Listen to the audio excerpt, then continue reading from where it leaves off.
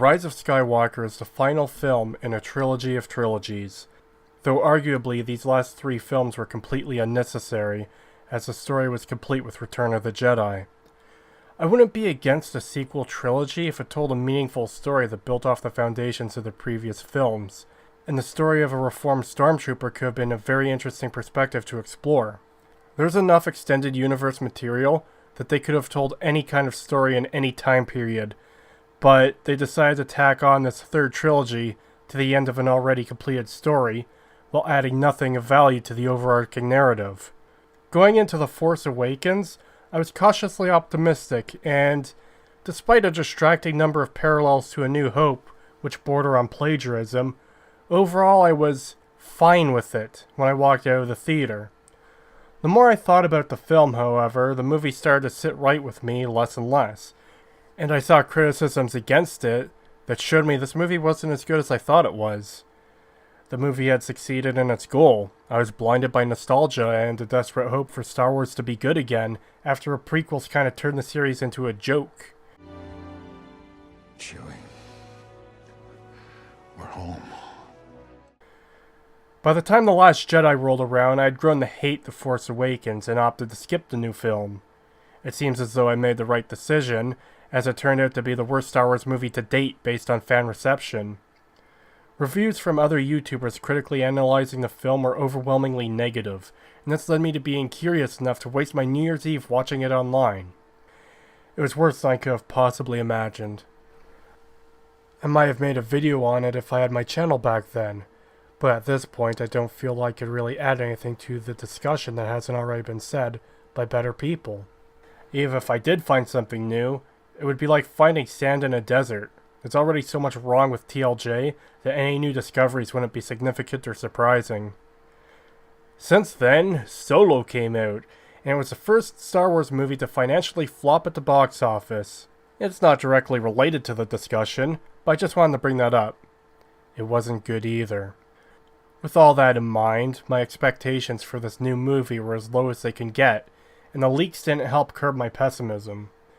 There was simply no way that The Rise of Skywalker could salvage the trilogy and still make sense to TLJ's massive plot holes and contrivances, changing of established rules and the abandonment of important plot threads. Rey's parents were no one. Snoke turned out to be insignificant. Finn's injury served no purpose. The rebellion was abandoned. Luke was a miserable cunt and died. The Knights of Ren had been forgotten entirely. There was simply no path forward to lead to a satisfying conclusion because the very foundation was rotten to the core. And yet, going into this new movie, I felt a hint of excitement.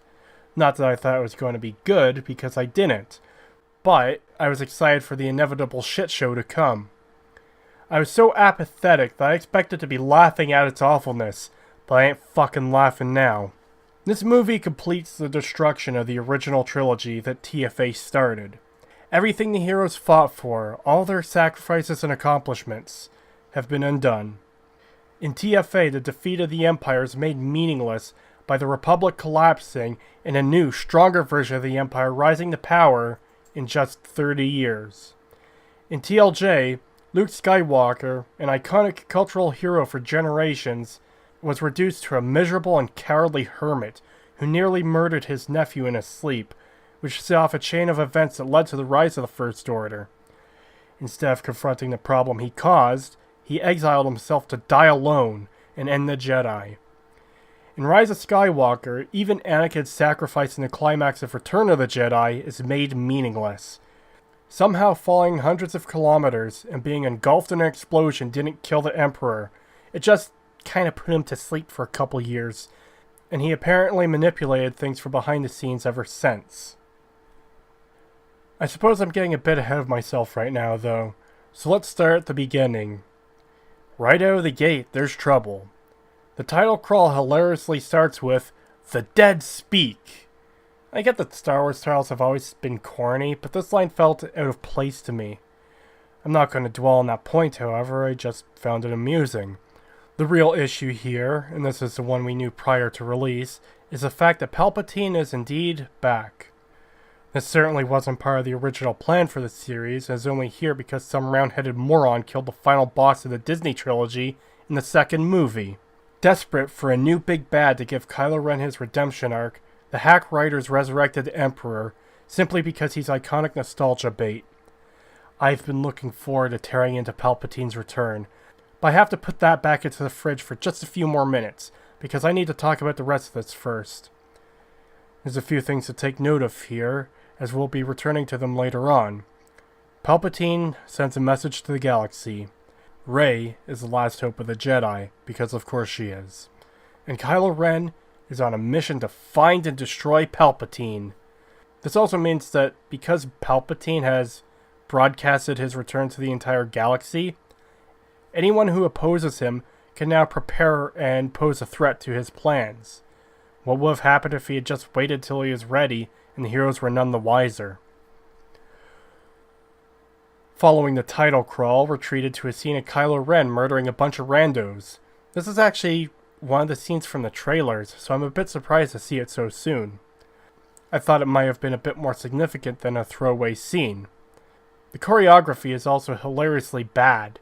Kylo Ren wastes time by picking up a dude and slamming him into the ground, when slashing him with his saber would have been far quicker. Then he fucking moonwalks 5 feet to stab a dude without even looking at him. What the fuck is going on here? Once they're dead, Kylo Ren immediately finds the MacGuffin that will lead him to Palpatine. We eventually learn that there's only 2 of these ever made, so it's a bit strange that it's more or less just sitting out in the open in some random forest on a planet so worthless it's never even named.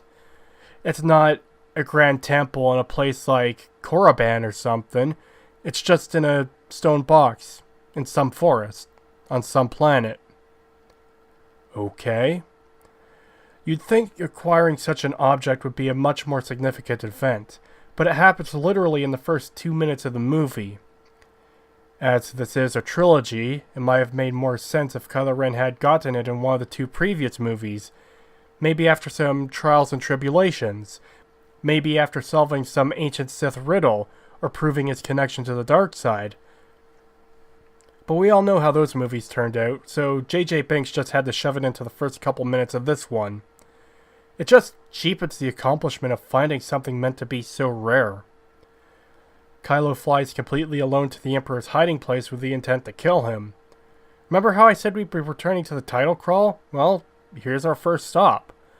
It's Kylo Ren's mission to destroy Palpatine, and Palpatine had sent out a message to the galaxy. Why would Kylo go there completely alone? Why would he assume Palpatine had no defense force working for him or under his control? With Emperor Palpatine's reputation, you'd think half the universe would want to gut him immediately, so why wouldn't he have some means of defending himself in case someone came to Exegol to destroy him? What was Kylo's plan?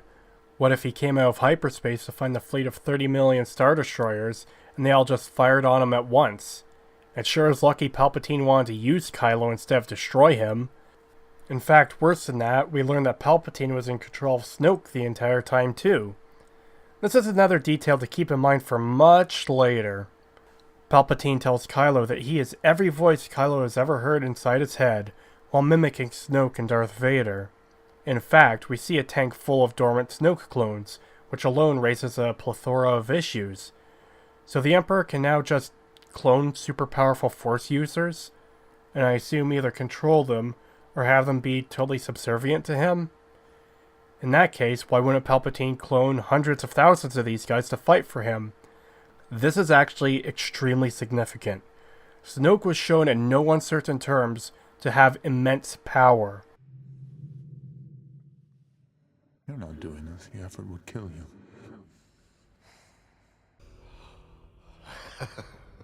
Young fool. It was I who breached your minds. Even just a few mindlessly loyal Snoke clones would be a powerful force against any enemy he faced. They could essentially be his most elite troopers. This tank of clones was almost definitely added in to try to explain away Rian Johnson's fuck-up of killing Snoke in TLJ, but this actually makes the problem so much worse. It's like pulling the pin out of a grenade and using that grenade to plug a hole in a sinking ship. Good fucking job, dipshits. Palpatine gives Kylo a vague promise of power, that the First Order was just the beginning, and how he could give Kylo so much more power. Kylo's response to the offer is telling Palpatine he'll die first, to which Palpatine responds, I have died before. and repeats his line from Revenge of the Sith. The dark side of the Force is a pathway to many abilities some consider to be unnatural. I guess they've mined all the nostalgia bait they can from the OT, so now they've got to steal some from the prequels. This is where I pull Palpatine's return out of the fridge to start tearing it apart. I did say it would just be a few minutes away after all, as his return is explained within the first 5 minutes of the movie. So let's get into why this is a problem. Death is probably the one single thing in our universe that is not only guaranteed, but is also truly permanent. As far as our current understanding of the universe is concerned, everything living is guaranteed to eventually die and never come back. Now obviously, fiction can deviate from this, and many interesting stories can and have been written about resurrection or immortality, but it should be something that's typically used very sparsely, and it should be used as a precision tool, because death is the ultimate consequence. If death is made meaningless or turned into a minor inconvenience, then investment in a character's survival or death is made redundant and the stakes are diminished. Keeping the audience invested by having stakes they care about is important, because that's what keeps them involved with the story. If a character can come back at the drop of a hat, then what is there to be invested in? Death becomes no more important than a flesh wound. When bringing a character back from the dead, you have to consider what impact it will have on not just the story, but the lore of the world it takes place in. If any character can just overcome death without issue, then killing them becomes a meaningless act. The tragic death of a hero is undermined if it's as simple as collecting the Dragon Balls and wishing for them to be alive again. Ending the threat of a villain by killing them is redundant if they can just respawn. Go ahead and shoot. I'll be back. I always come back. And that's the issue here. Palpatine wasn't brought back for creative reasons. He was brought back as nostalgia bait and due to lazy writing, because some round-headed chucklefuck moron killed the real final boss of the trilogy in the second act. Disney has been doing this ever since they acquired the rights to Star Wars, and it's a similar criticism I have with what Bethesda is doing to the Fallout series. It's an exploitation of the series' recognizable iconography without any care or understanding for its significance or impact, in order to appeal to the nostalgia of old fans. When we last saw Palpatine, he was thrown down a mine shaft and exploded. He exploded. He literally fucking exploded. And if he didn't, the Death Star he was in exploded. There should be nothing left of him.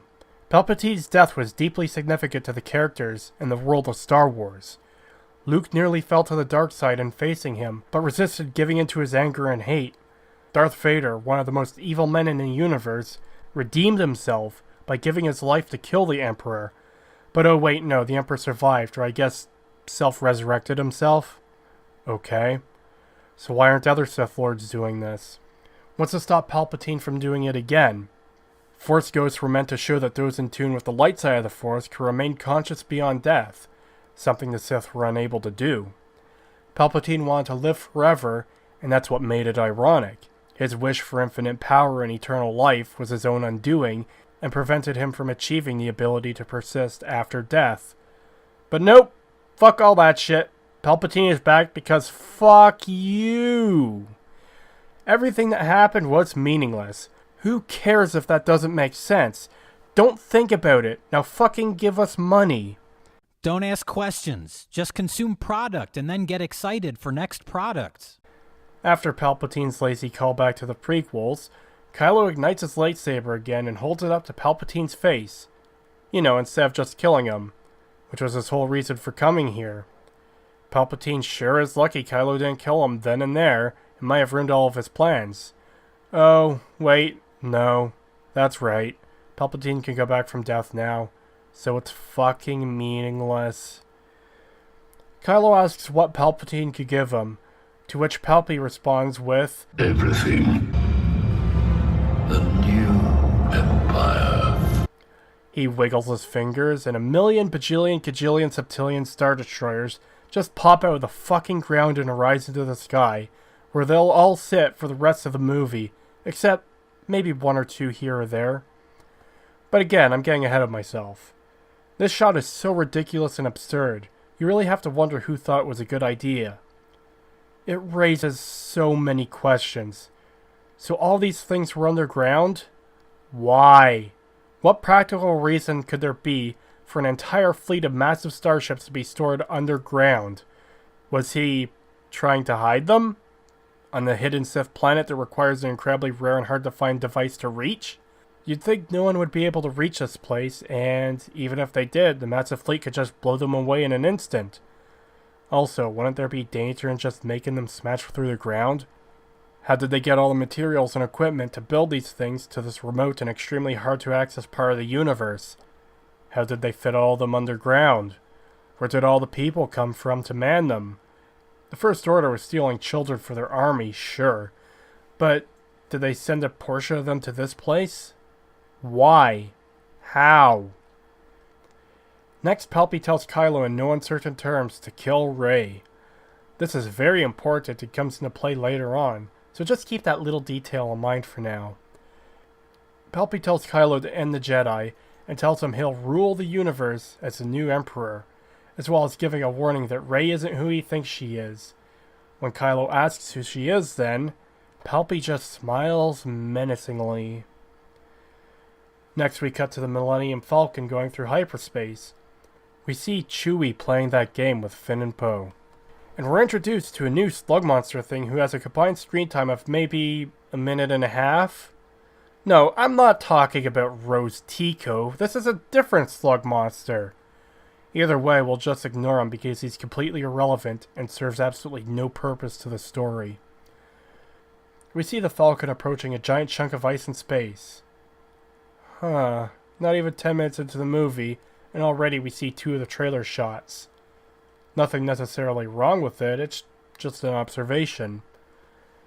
Anyways, they pull into the iceberg town and open a hatch in the roof of the Falcon. An alien says they've got info from a spy in the First Order. Finn acts surprised by this. But the title crawl, not 10 minutes ago, said Leia sent out spies to gather info. Why is this a surprise? In fact, if they were coming here for intel, then shouldn't they have known already? Or is Finn surprised because this is meant to be a surprise to the audience? They lower a cable into the Falcon and plug it into R2-D2 to transfer the intel. Why couldn't they just transmit it to the Falcon? Or give it to them on, like, a memory drive of some sort? Transmitting the data to R2 via cable is clearly only done to create drama when some TIE fighters conveniently show up literally 2 seconds after it's plugged into R2. Oh no, the baddies are here, so now there's some urgency. Everything has to be bombastic now, I guess. So the chase begins, and Poe starts light-speed skipping to rapidly warp jump between several locations to lose the TIE fighters. One of the jumps they do is into a city, so I guess some poor bastards now have to deal with TIE fighter wreckage in their living room, assuming they didn't die from the impact. Finn asks Poe how he knows how to do this, so I guess he never heard Kylo Ren say that Poe is the best pilot in the Resistance back in TFA. I had no idea we had the best pilot in the Resistance on board. Additionally, isn't this an extremely dangerous thing to do? It requires, precise calculations, or you might come out of hyperspace into a star or some other object. Take a few moments to get the coordinates from the navigomputer. You kidding at the rate they're gaining? Traveling through hyperspace ain't like dust and crops, boy. Without precise calculations, we'd fly right through a star or bounce too close to a supernova and then it'd end your trip real quick, wouldn't you?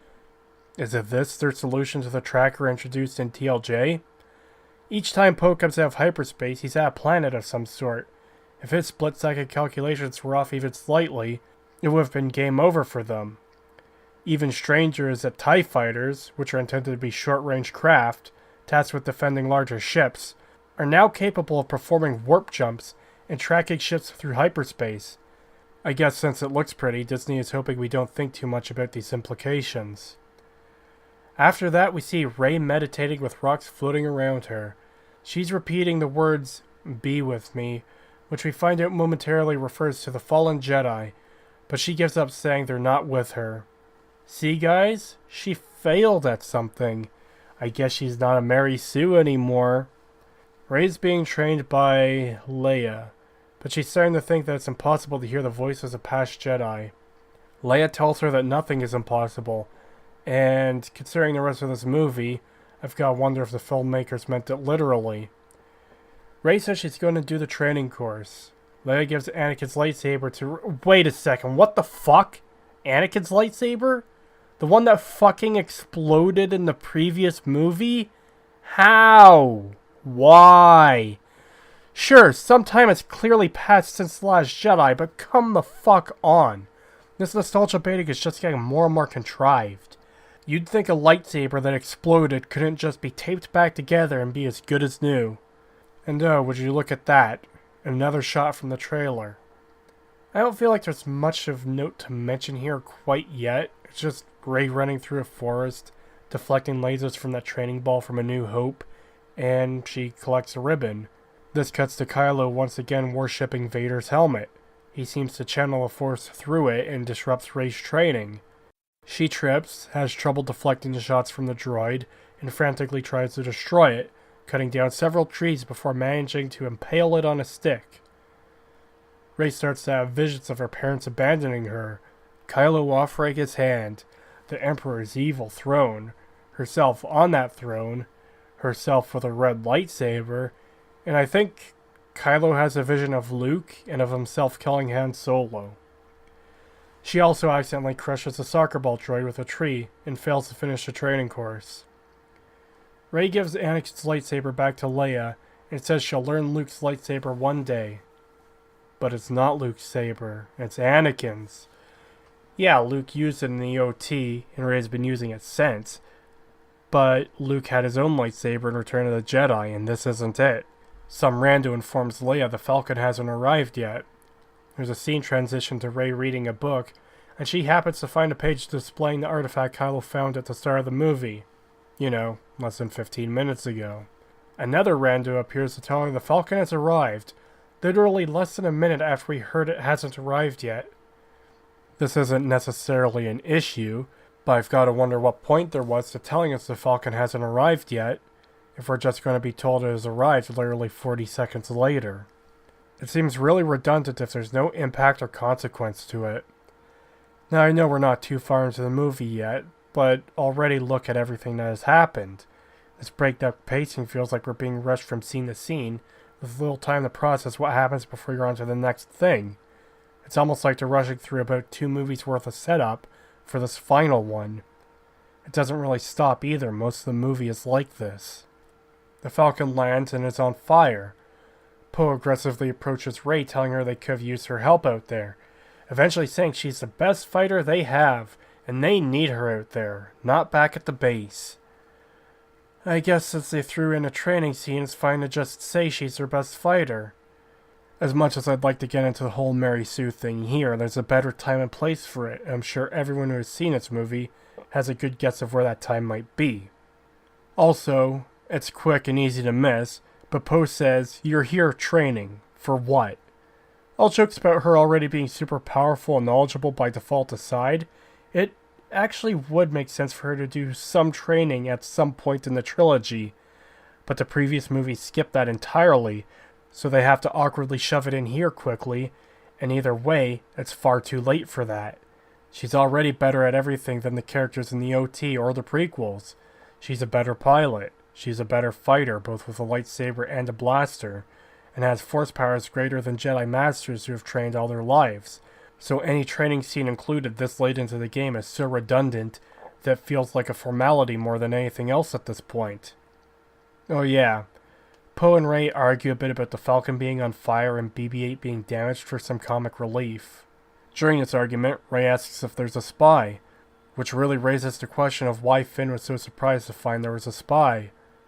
Again, wasn't that the exact thing they were going to find out or confirm? Everyone gathers around as Poe explains what the message contained. A confirmation of the worst. Palpatine has returned. I really like the inclusion of this very meta line, as it represents the choices of the filmmaker's best. This is the fucking worst. Poe continues to exposit information we already know. The planet is hard to reach, and the Emperor has the largest fleet of ships ever made. He also says their ships will attack all 3 planets in 16 hours, and that the planet he's on is called Exegol. Again, I've got to ask, why not somewhere like Korriban? Even if the rat dumpstered the expanded universe, there's still material to draw from there, and it could have been a nice reference for fans that wasn't desperately mined from the OT, and it wasn't shoved in a forced and awful way. Rey runs off to find her book, which, as I mentioned, had been conveniently opened to the exact page she needed in order to solve this mystery. Glad that's taken care of. Now, a lot of movies do this. It's to save time, as you can't really show characters searching through books for hours. Even having a time-lapse takes time to show, and has implications if there's a timer in place. It just feels too convenient here, especially when Rey already does everything else with ease. Rey tells Leia in private that they need a Sith wayfinder to reach the planet. Just about the rest of the movie is dedicated to finding this MacGuffin. Rey says she needs to finish what Luke started, because of course she does. Leia tells her no, but Rey says she's going to go anyways. I've heard people compare this to Empire Strikes Back, in which Luke leaves his training early to go help his friends, and how it's a similar character moment for her.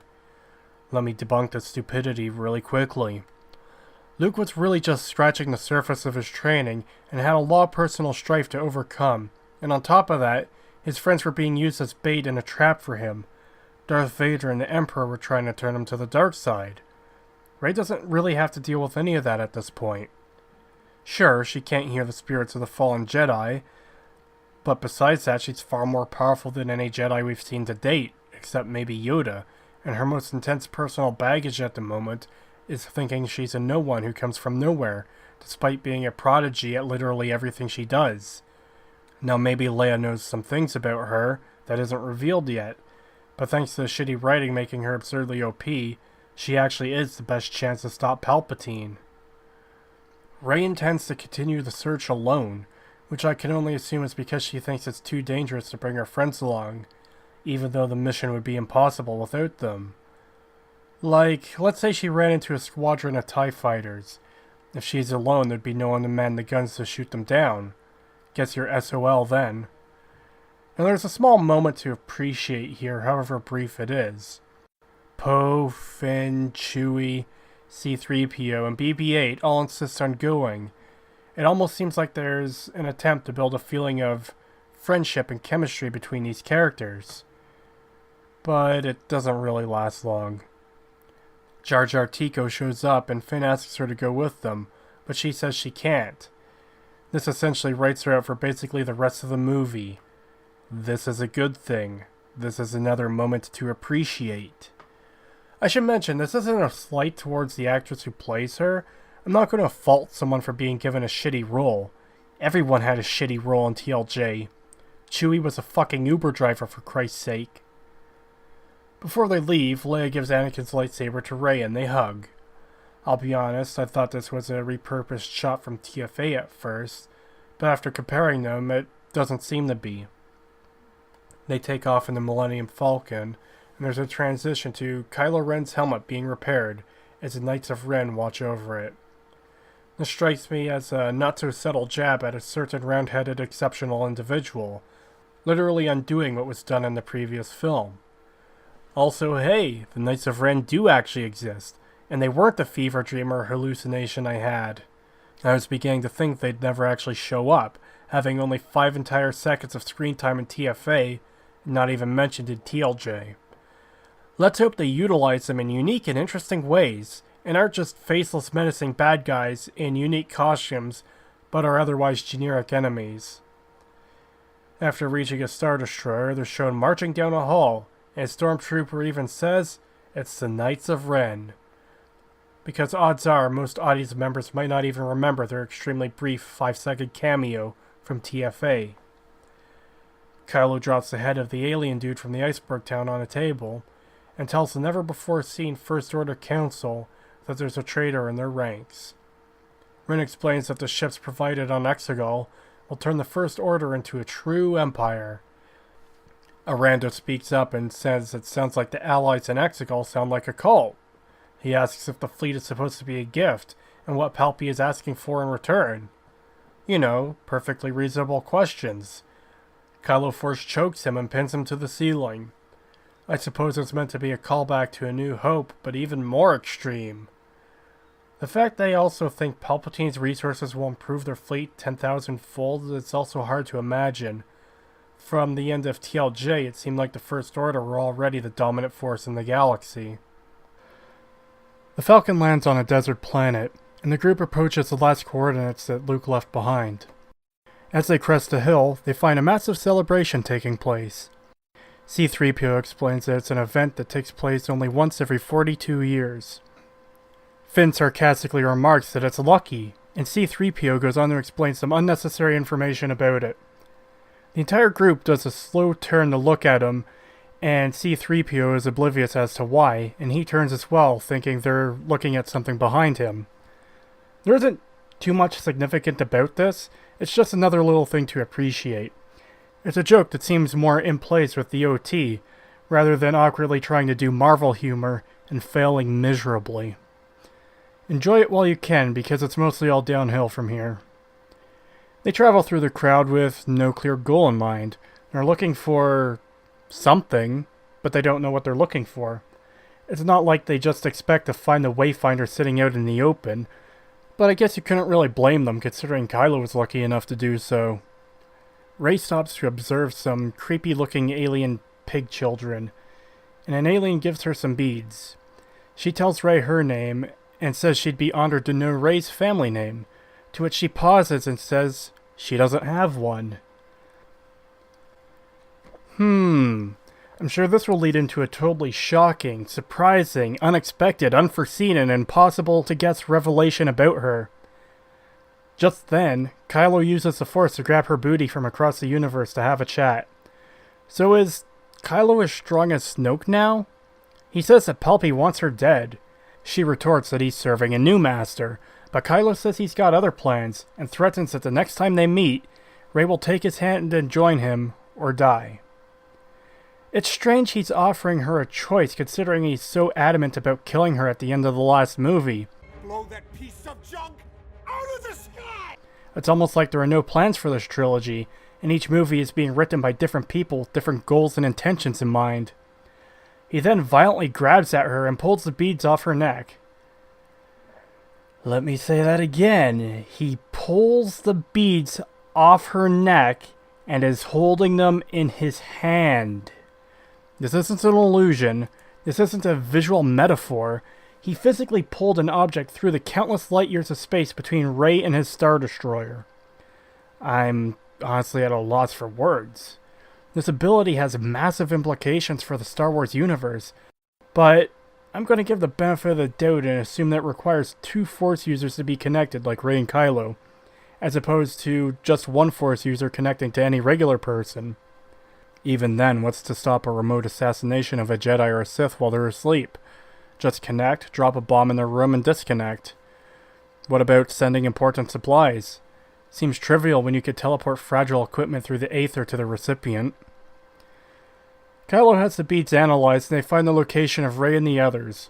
Within 30 seconds they're found by stormtroopers. How did they even get there that fast? Luckily, a mysterious stranger kills a stormtrooper and rescues them. He reveals himself to be Lando, who had gone into hiding. He leads the group to a ship belonging to a Jedi hunter named Ochi that went missing, but had a clue to find the Wayfinder. Speaking of the Wayfinder, Lando mentions that only 2 remain. Alright, let's stop and think about this for a moment. Kylo has one. Rey's looking for one, and, spoiler, she eventually finds it. So if only 2 remain, how did Palpatine get to Exegol? It seems more complicated than simply being able to get there just because he remembered the way. For that matter, how did all his troops get there to man the Super Star Destroyers, let alone build them in the first place? Did every one of his 1,000-strong army have a super rare Wayfinder? How'd they get all the materials there? In case it isn't obvious yet, this movie is just hemorrhaging plot holes already and it only gets worse from here. More stormtroopers show up, so the group flees. It's as if the movie is trying to distract us with action scenes, so we don't think too hard about the implications of what's been said. Poe hotwires a couple rust bucket speeders, and they take off. This leads directly into the clip that was released a couple weeks before the film. I suppose in order to try and hype fans up, but all it really does is just encapsulate how little the filmmakers understand Star Wars. The group is being chased by stormtroopers on sandmobiles, I guess. A stormtrooper launches off of each of them into the air and are flying with jetpacks. C-3PO frantically screeches, "They fly now," in fear. Finn repeats the line, as if shocked and confused by this revelation. "Finn, you were a stormtrooper. You should be aware of the fact they can fly."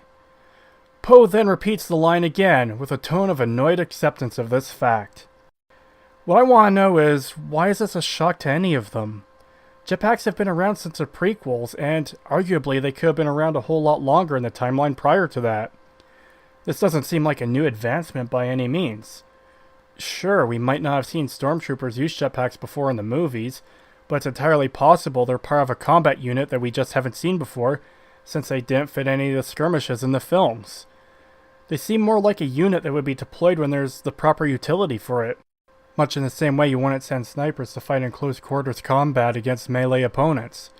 So once again, any semblance of cohesion in the world is shattered for a shitty joke, because I guess repeating things like in Family Guy is funny and belongs in Star Wars now.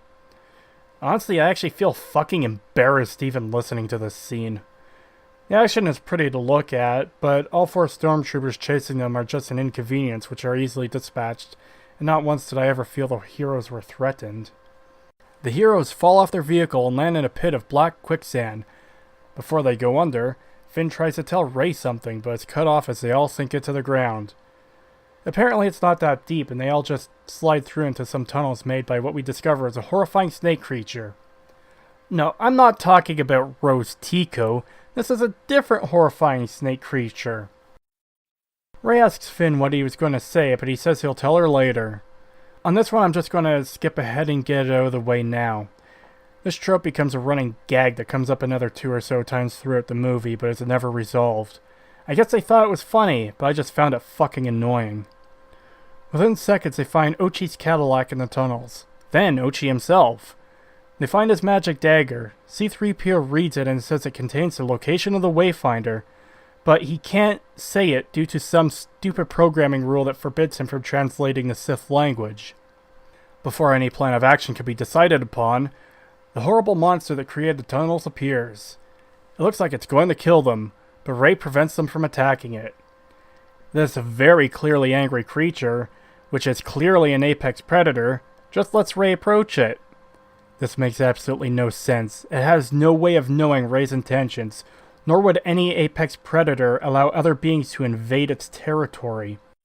Unfortunately, Rey doesn't get her head bitten off, and she discovers that the graboid has been wounded, so she heals it with her force powers. It closes its eyes in relief, like it's thanking her, then leaves peacefully, revealing an exit. That's right, they mouse and lie into this shit. The creature just leaves them alone. It's almost like a Disney movie. Wait, fuck! Alright, there's so much to talk about here, but I guess I'll just take this one scene at a time. The pacing of this entire segment is so fast and awkward that it's left no time for the viewer to think about or digest what's happening.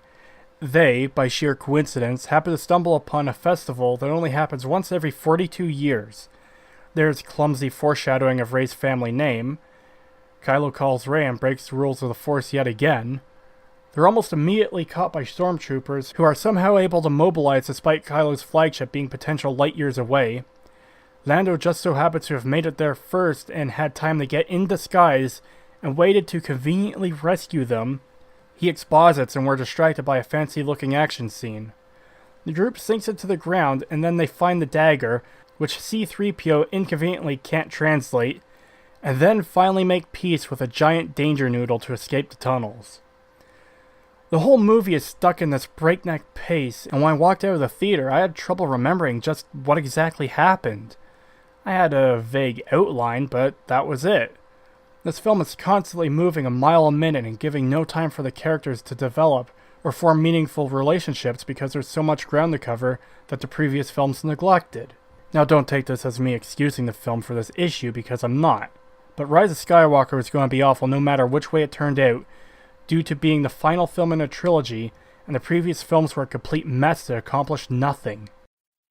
The question wasn't if this movie was going to be bad, but how bad it was going to be. The entire trilogy has turned out to be a fucking disaster, and they should have taken the time to properly plan and establish rules and guidelines for their writers and directors to follow, just so some exceptional individual wouldn't butcher all the established setups, because they thought that doing the unexpected constituted good writing. But back to the pacing, if you look at the OT and even the prequels, there were quiet moments that allowed the audience to absorb information, develop the characters and the relationships, and present ideas and concepts that were interesting enough without needing to be huge bombastic battles. The battles were organically fitted into the plot rather than being a series of set pieces to race the characters through, with unfunny one-liners and battlefield banter being the only thing constituting character relationships or development. Next up, Ochi's magic butter knife. This thing looks like a fucking toy. Rather than having to actually look for it, they fall face first into it by accident almost immediately. They didn't even know what they were looking for, and they only just learned from Lando that Ochi had a clue and left his ship behind. This guy who's been missing for years could have been anywhere in this vast network of cave tunnels, or hell, even the desert itself.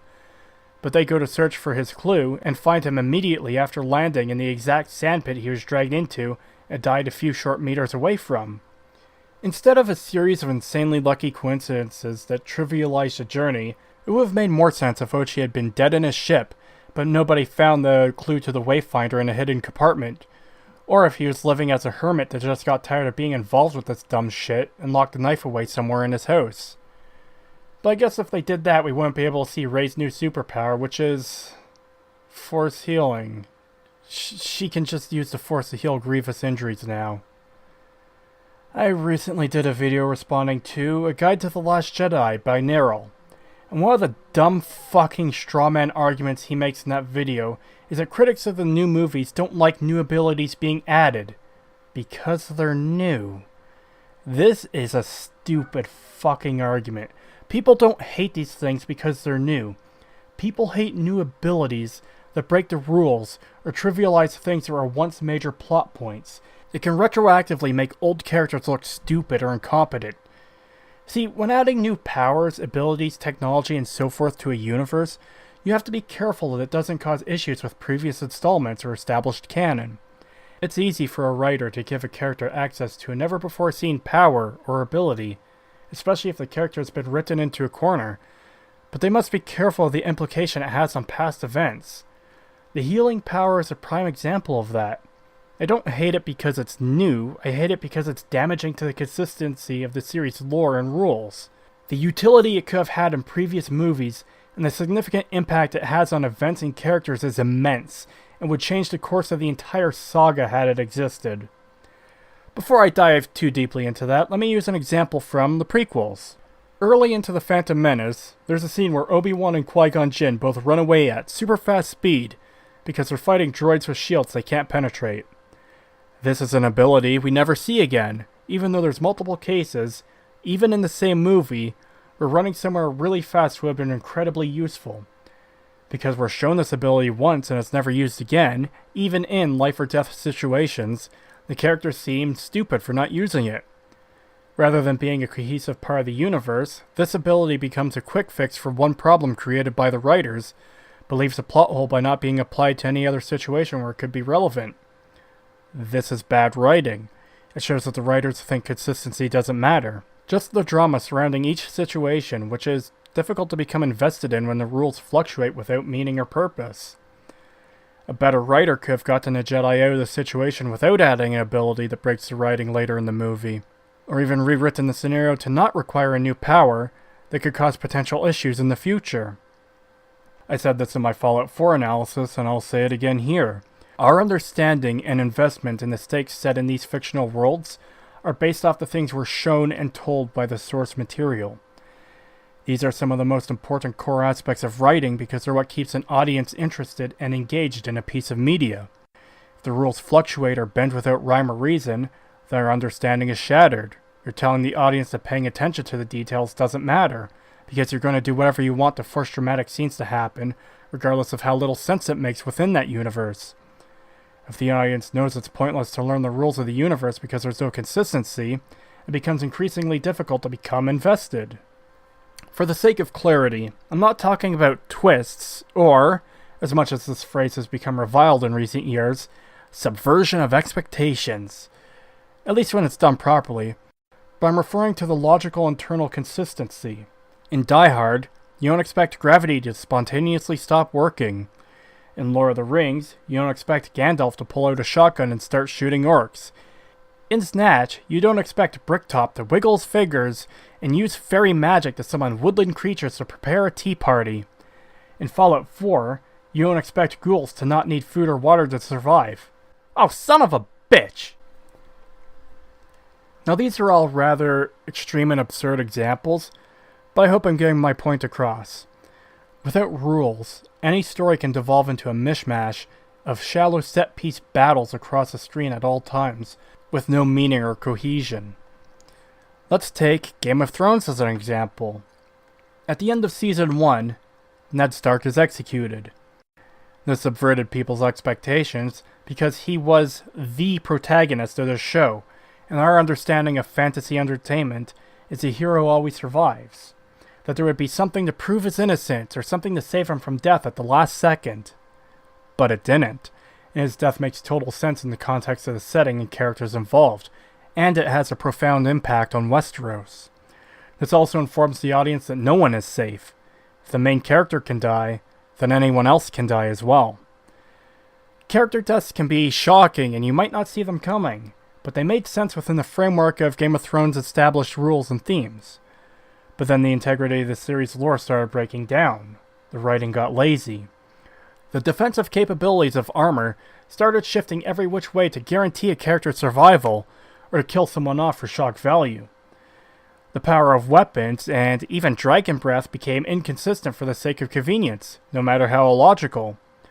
Armies could be utterly destroyed in one episode and reappear in the next as if nothing happened.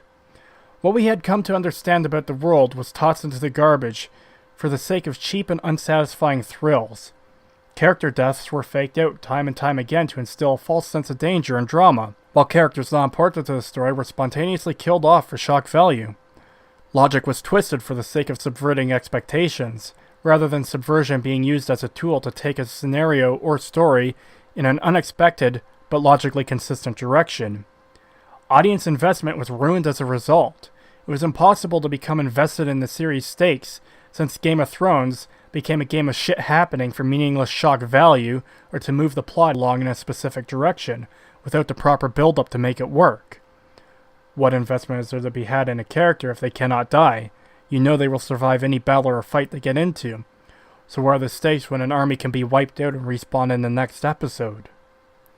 Now this is a Star Wars video, not a Game of Thrones one. That's a topic for another day. But this loops me back around to Rey's mega awesome new power. She could just heal wounds now, despite never being shown to have this power before.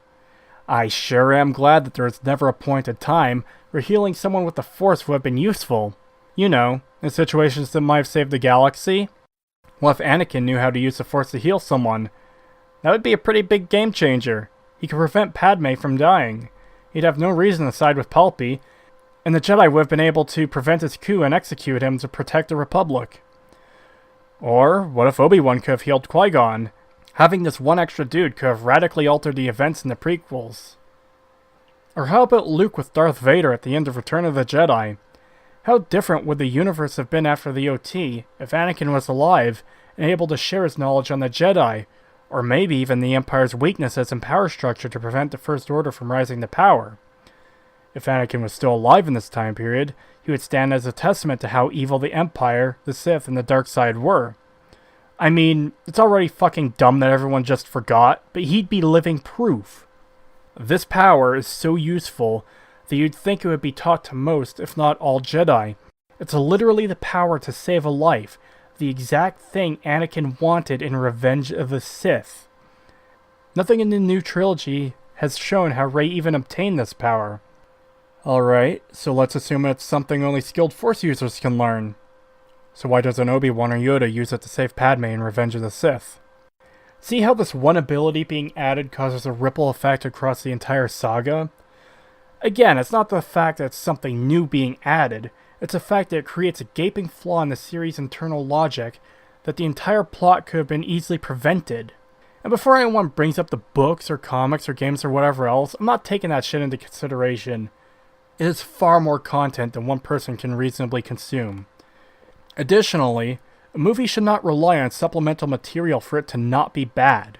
If a movie absolutely needs the novelization to make sense, then the writers and directors' storytelling methods have failed. Next up is one of the most contentious criticisms against this trilogy, and that is the fact that Rey is a Mary Sue. I mentioned this earlier, and now seems like the right time to dig this back up. Her status as a Mary Sue is literally not even up for debate. She's so much of a Mary Sue that she's probably one of the strongest examples of one ever outside of fanfiction. To the people rushing to complain about sexism or whatever, these same criticisms can be applied to male characters as well. A lot of people like to suppress genuine criticism of this aspect as simply hating women when that's really not the case at all. It only serves to show how simple-minded these people are. Instead of addressing these criticisms, they'll cry foul and write off any opinion you have, because it's easier than having an honest discussion and maybe admitting their favorite series is flawed. So let's talk about what a Mary Sue is and how many of these checkboxes Rey fills. Now I'm not going to do as good a job on this as Hack Fraud Media did in his videos on The Last Jedi, or that Literature Devil did in his videos, which you should really check out. But it's something that's absolutely worth talking about in regards to these movies. There's many criteria a Mary Sue can fill, but not all of them are required for a character to be a Mary Sue. Likewise, a character can fill one or two criteria and not be a Mary Sue. I determine Sue-ness by how much reality bends to benefit the character, or if her existence invalidates the usefulness of previously established allies. For example, a character being a prodigy in one aspect I can handle. It's maybe a lazy explanation of talent or skill, but it's not necessarily out of the realm of possibility that someone could be exceptionally talented at playing piano, or drawing, or fighting, or whatever else. However, it becomes increasingly ridiculous the more a character is able to achieve without struggles, barriers, or training. The default starting position of an inexperienced character should not be effective and knowledgeable in every situation they come across. A seasoned bounty hunter can reasonably be expected to know how to track someone, is likely well trained in various kinds of combat, maybe has some underworld connections. An orphan child on a desolate planet probably doesn't know how to fix a spaceship, or how to sword fight and win against someone who is trained extensively when she is not. While there's many different criteria a character could fill to become a Mary Sue, I'd argue this is one of the most common, and it absolutely applies to Rey. I'll expand upon that momentarily, but first I want to go over the list of common Mary Sue traits from TV tropes. There's a lot here, and you could go look up the page yourself, but let's see how many boxes we can check. What personality? She's just a vehicle for cool stuff to happen. An unusually spelled common or gender-bending name. She's not bound by the rules of the universe.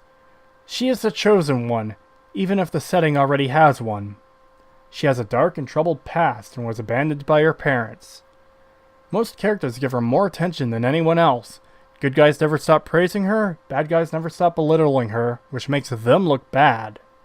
The universe seems to bend itself so she can succeed. A villains obsess over her to the detriment of all else. She gets special treatment in universe. Anything the canon characters had to fight for, she achieves without struggle. She will have unusual hair. Her skills are inexplicable and poorly defined. Many of them depend on the convenience of the current situation. She will possess superior skills to the established characters, regardless of whether it makes any sense. If the characters need a new skill to solve a problem, she'll often already have it. She is never shown to train or be taught new skills. Her training at the beginning of the film doesn't count since it's the first time we've seen her train in this trilogy. Her existence also makes the skill set of existing characters redundant. She speaks several languages fluently and can communicate with aliens who don't speak English. Her skills will often be unrealistic within the story's settings. She's incorruptible. Well, that's 18 Sue points already. Spoiler alert, she checks off a bunch more in this movie too. She performs a heroic sacrifice and survives, making the sacrifice meaningless. She redeems the villain through her virtue and purity. She's a princess, or in this case, an empress. She almost never does anything wrong. In the rare instance that she does, it's usually either a way for the author to disclaim her being a Mary Sue, or is made so inconsequential that she's easily forgiven. She will be related to a canon character in some way. This helps explain her power. She might even be the villain's offspring. She's a perfect judge of character. That's another 6 for a total of 24 trope boxes she checks off for being a Mary Sue. Now don't get me wrong, not all these traits are indicative of a Sue character on their own. A Sue character is made by combining too many of these traits. I've seen some people try to make the comparison that Luke Skywalker is a Gary Stu. I even got a comment from someone on my last video saying such. But the people who make this argument are missing the key differences. Luke fucking fails. He gets a shit wrecked numerous times. He relies on his friends for help, and he helps them. He has to train to overcome obstacles. Luke starts off as a farm boy who can't fight or use the Force, but grows into someone competent and wise, and still gets his fucking shit wrecked. Rey's struggles are instead quickly trivialized because she is so powerful. Whew, with all that out of the way, let's continue on. Chewie puts the knife in the bag. Next we see an imposing shot of the Knights of Ren trying to look menacing on a rock, but they just kinda look like they're standing around confused more than anything. The group heads to Ochi's ship, and plan to use it to escape, as the First Order is likely waiting for them at the Falcon. But something draws Rey's attention and she goes off by herself to investigate. Alone. For no reason at all. About 30 seconds later, when the ship is ready to take off, Finn tells Chewie to go get Rey. Why did the team let her go off alone anyways? If it was important, someone should have gone with her. If it wasn't, they should be leaving as soon as possible because the First Order is searching for them. Instead, the Knights of Ren stalk Chewie as he exits the ship to search for Rey. Switching back to Rey, we now get the infamous teaser scene that causes the pathetic man-child to burst into tears. Seriously, this dude was in tears at the first shot that only showed sand. But, then again, I guess any true Star Wars fan would cry at the sight of sand. I don't like sand. Finn realizes that Kylo is here, and goes out to get Rey and Chewie, only to discover Chewie has been captured by the First Order, and they took Ochi's knife from him. Why didn't they leave the knife in the ship where it'd be safe? As Kylo's TIE fighter approaches Rey, she runs and jumps over the TIE interceptor, cutting off one of its wings. Isn't she totally super mega awesome amazing, guys? Kylo's ship breaks the fuck apart, and the cockpit rolls several hundred meters across the desert before exploding. I couldn't help but imagine him vomiting all over himself when this happened. I'm sure there will be some significant tangible effect from this happening, such as Kylo Ren dying, or being severely injured or something. Finn starts yelling for Rey, telling her the First Order has Chewie. They see the transport taking off, and Rey uses the Force to stop it. I guess she intends to just pull ship back down to the planet, because of course she can. Now, we have seen characters move ships with the Force in the movies, but they were inactive and not directly accelerating away from them. On top of that, Luke can even manage it in the OT.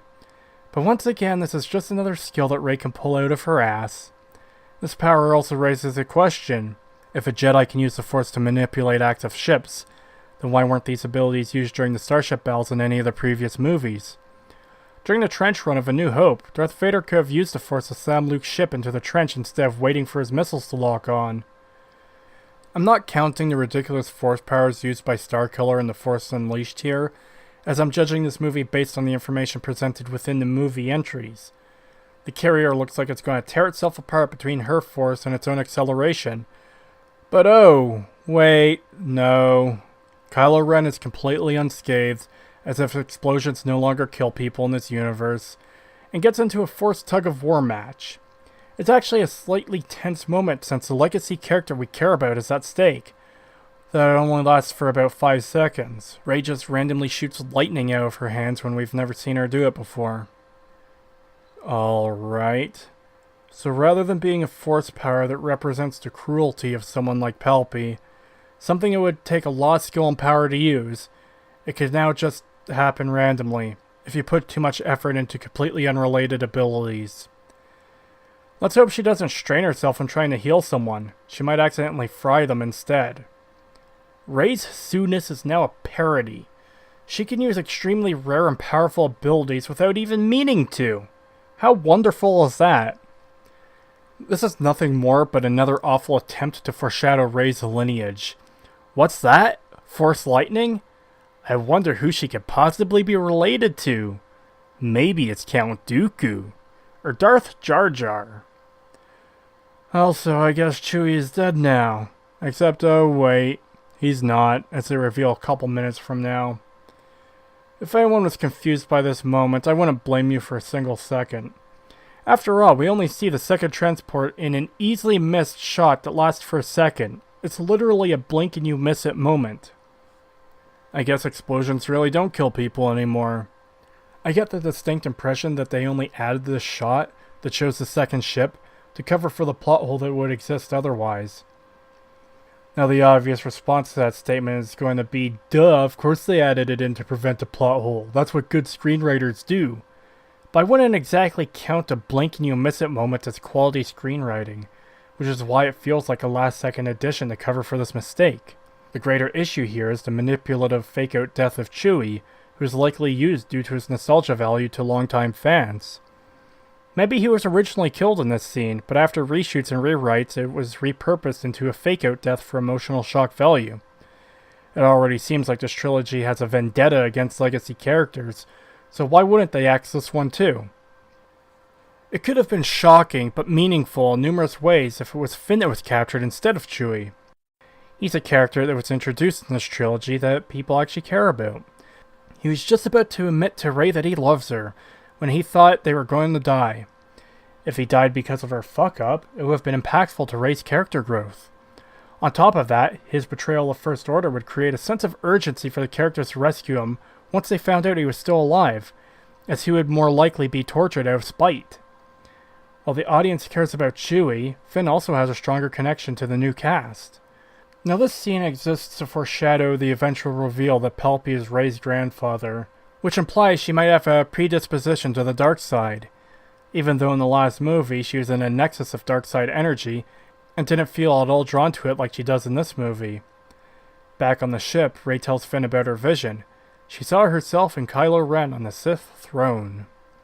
After the reveal of Chewie's fake-out death, Rey, Finn, and Poe decide to use a black market droidsmith to break into C-3PO's memories, because even though the dagger is gone, he's got the inscription in his memory, but can't translate it due to an arbitrary rule about forbidden languages.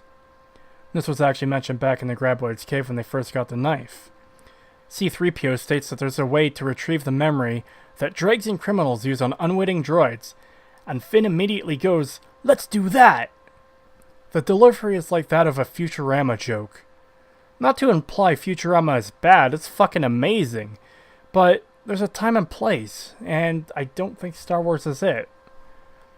C-3PO knows exactly where the Wayfinder leads because he could read the inscription, and this raises even more questions.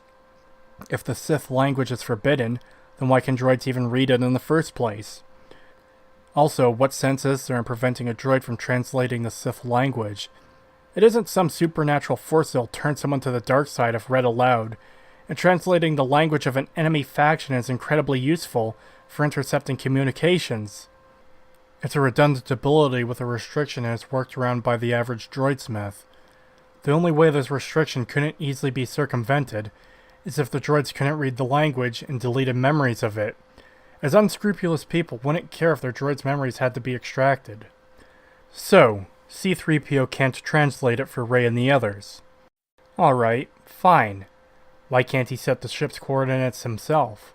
Why can't he find a workaround to this block to get the information to the group?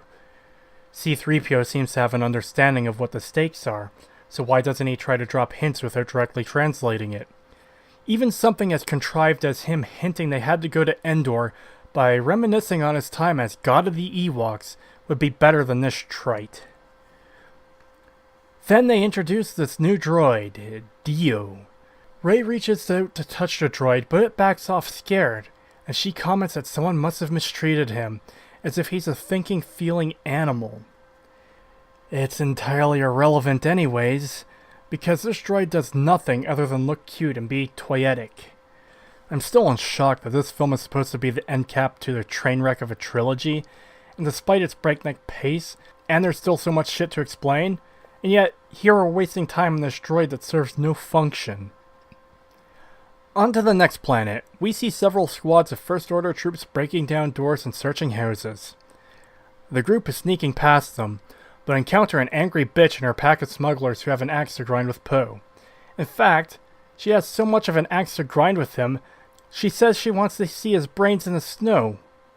Jesus Christ, that sounds a bit excessive for Star Wars, doesn't it? Poe asks for help despite being held at gunpoint, but angry bitch cosplaying as the Rocketeer recognizes Rey as the one the First Order is looking for, mentioning the bounty could be enough to cover her crew.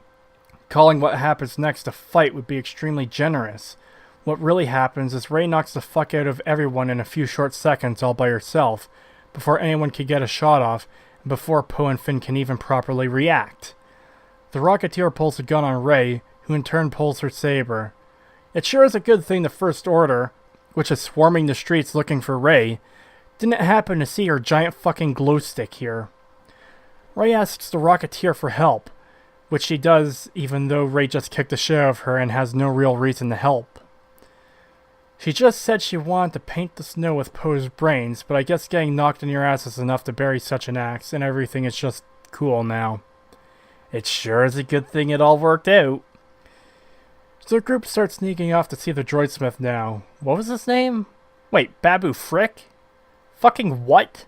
You know, I have one simple request, and that is to have sharks with frickin' laser beams attached to their heads.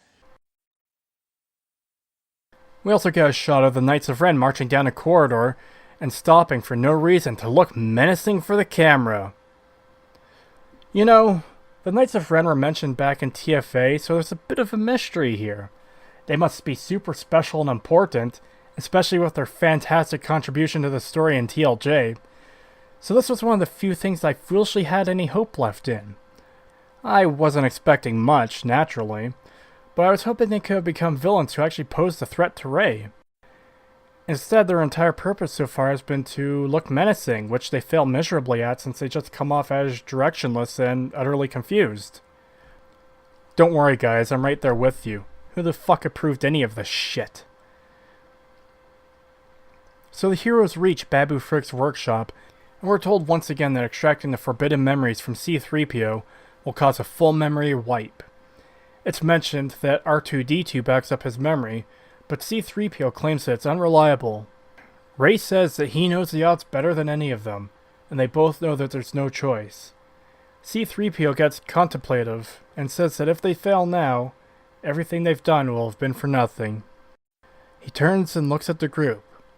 Poe awkwardly asks what he's doing, and C-3PO says he's taking one last look at his friends. There's shots of everyone looking a bit sad, and Dio just actually says the word sad. I've already gone over why the memories being locked is dumb, but it's obvious the memory wipe is just another failed attempt at creating emotional weight, but putting the well-being of a legacy character at risk. Not to mention that C-3PO has known these people for a very short time, but he's acting like as if he's saying goodbye to the friends he fought beside in the OT. Maybe he knew Poe as they were both in the Resistance, but this almost seems kinda like a fuck you to the fans of the originals. Han Solo is dead. Luke Skywalker is dead. Carrie Fisher has passed away. Besides that is R2-D2 and Chewie, who aren't here. From the audience perspective, at least for anyone who's been paying attention to these movies, he's saying goodbye to total strangers, and one guy he might actually have a little bit of history with. This moment has no impact because these characters haven't been with C-3PO long enough to establish a meaningful friendship. Hell, we haven't even seen much of C-3PO for this entire trilogy. Rose fucking Tico has more screen time across the trilogy than he does. You've also got to wonder how confused new fans to the series might be, considering C-3PO barely showed up in TFA and TLJ. This scene is quickly made redundant later on in the movie when C-3PO's memories are restored, and the memory loss has no impact on the story. I can only imagine it was shoved in there as a desperate attempt to garner emotional investment from the audience. As for C-3PO saying R2 memory drives are unreliable, years ago you served my father in the Clone Wars. Now he begs you to help him in his struggle against the Empire. I regret that I am unable to present my father's request That to was him. a cheap move. But my ship has fallen under attack, and I made my mission to bring it. hopefully I don't have to explain that one further. The scene felt really forced for a trailer, and I can't help but notice every scene from the trailer stick out like a sore thumb. Finally, there's Dio, the robot that serves no purpose to the story. It honestly just feels like he's trying to tell the audience how to feel. He's like an applause sign, except for different emotions or feelings. This happens again in a few minutes when Rey oils his wheel, and he says, "Kind," because she is kind. There's a quick shot of Kylo, Hux, and Pride, and they learn the Knights of Ren found Rey on this planet. I can't even give a fuck to remember the name of this planet at this point. It doesn't matter, it won't last long anyways. Back in Babu Frick's workshop, while C-3PO is being worked on, he starts to say he might have had an idea for an alternate solution, but he's cut off as Babu Frick finishes the hack. Poe and the Rocketeer are keeping watch outside. Rocketeer says the First Order took all the kids a long time ago. She's been saving up to leave and shows Poe a captain's medallion, something that will give her free passage through any blockade. Poe remarks that he's never even seen a real one before. She offers Poe to come with her. So in the span of about 5 to 10 minutes, she went from wanting to paint the snow with his brains to wanting to escape with him and start a new life. Wait, hold the fuck up. She won the bounty for Rey earlier to cover her and her crew, but now she's saying she saved up enough to leave? That's some fairly quick development all the way around. All for a character that has about another 2 minutes of screen time? Yeah, once they leave this planet, we won't see her again, except for a quick shot at the end. Are we supposed to care about this throwaway character? Maybe if they had introduced her in a previous film and built up her history with Poe, there'd be more significance to this. But as it stands, she's just a rando that pops into the film for about 5 minutes and leaves. Anyways, Poe says he can't go with her, not until the war is over. But maybe the war is over, because they sent out a call for help on Crate, and no one came. This is a very important line. Remember it for later. Poe says that everyone has given up out of fear. The Rocketeer doesn't think he believes that the First Order wins by making them think they're alone, and she reassures him that the Free People outnumber the First Order. Okay, sure, but numbers don't really mean much if you can't convince those people to fight. The Resistance is alone. Rey also realizes that her parents left Jakku on Ochi's ship. Once again, an important detail for later. The First Order Star Destroyer shows up, so the group has to leave, but luckily Babu Frick's finished with C-3PO. He's activated, and his eyes turn red as he translates what was on the dagger, as if the Sith are so evil that even translating their language causes the droid's eyes to turn red. Come the fuck on. The translation reveals the Wayfinder is in the Imperial Vault on a moon in the Endor system. It sure is a good thing someone updated this incredibly ancient artifact to contain the location of the Wayfinder to where it was last moved about, 30 years ago. C-3PO shuts down after the translation. The building shakes and Rey runs outside to see a Ren ship up in the sky. She also senses that Chewie is still alive. Why didn't she sense him earlier? She was so desperate to save that ship, yet didn't even sense him on it? Remember, she wasn't as distraught as when she thought she killed him at that point. They threw on the line that he must have been on a different transport. When I saw this in the theater, I thought that this was lazy bullshit reasoning. And don't get me wrong, it absolutely is. But I think this might even be worse, considering they had to shove in another transport ship for 0.4 seconds just so the line wouldn't be completely baseless. That shows the level and quality of thought that went into this. Write a dumb scenario and cover for its existence in the laziest way possible. Good job, guys! C-3PO reboots and introduces himself, and Poe says, "That's going to be a problem." The delivery makes it seem like it's supposed to be a joke, but how is it going to be a problem? Wouldn't he just act like a normal droid at that point? Next we see the group rushing through the streets, and the Rocketeer gives Poe the captain's medallion that was introduced about a minute ago, saying it will get them onto the ship. Well, isn't that super convenient? This super important item that Poe has never seen before and was only just introduced to the audience a minute ago just so happens to fall directly into his hands at the exact moment he needs it, from the person who wanted him dead not 10 minutes ago. I am so glad the writers creatively figured out an interesting way to get the group onto the ship that wasn't a completely lazy ass pull. Poe asks the Rocketeer to come with them, but she declines. And that's it. That's all we get from this character, except for 4 seconds near the end of the movie. What a wonderful addition to the world of Star Wars.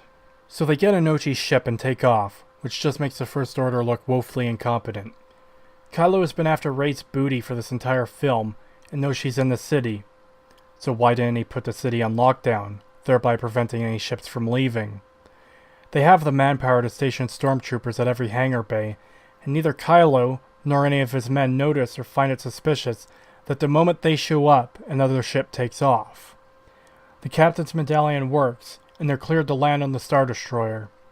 This again makes the First Order look woefully incompetent, as any military force would open communications with fighter craft that's approaching their most important military assets, such as their leader's personal Star Destroyer. Hold on a second, this is a captain's medallion, right? So I assume it comes from, a captain? So that means the Rocketeer must have either stolen it from a captain or killed them. So why is this medallion still usable? If it was stolen, they should have revoked it and given the captain a new one. If he was killed, they should have revoked it, because why the fuck wouldn't you? Even with our more primitive technology, we have pass cards in real life today that operate on this principle to prevent people from stealing cards and getting into important facilities. Rey says for Chewie to hang on, that they're coming for him, and the memory-wiped C-3PO states that this is madness. How would he know it's madness? He just had a full memory wipe, so how would he know if boarding a First Order ship was insane? He's been active again for a very short time.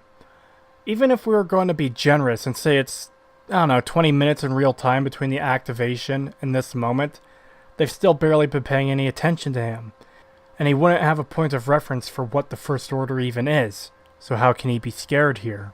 2 stormtroopers approach the ship and start to ask for credentials before they're shot and killed. With how incompetent everyone is in this movie, I'm amazed they even had the stormtroopers approach the ship in this manner. Well done!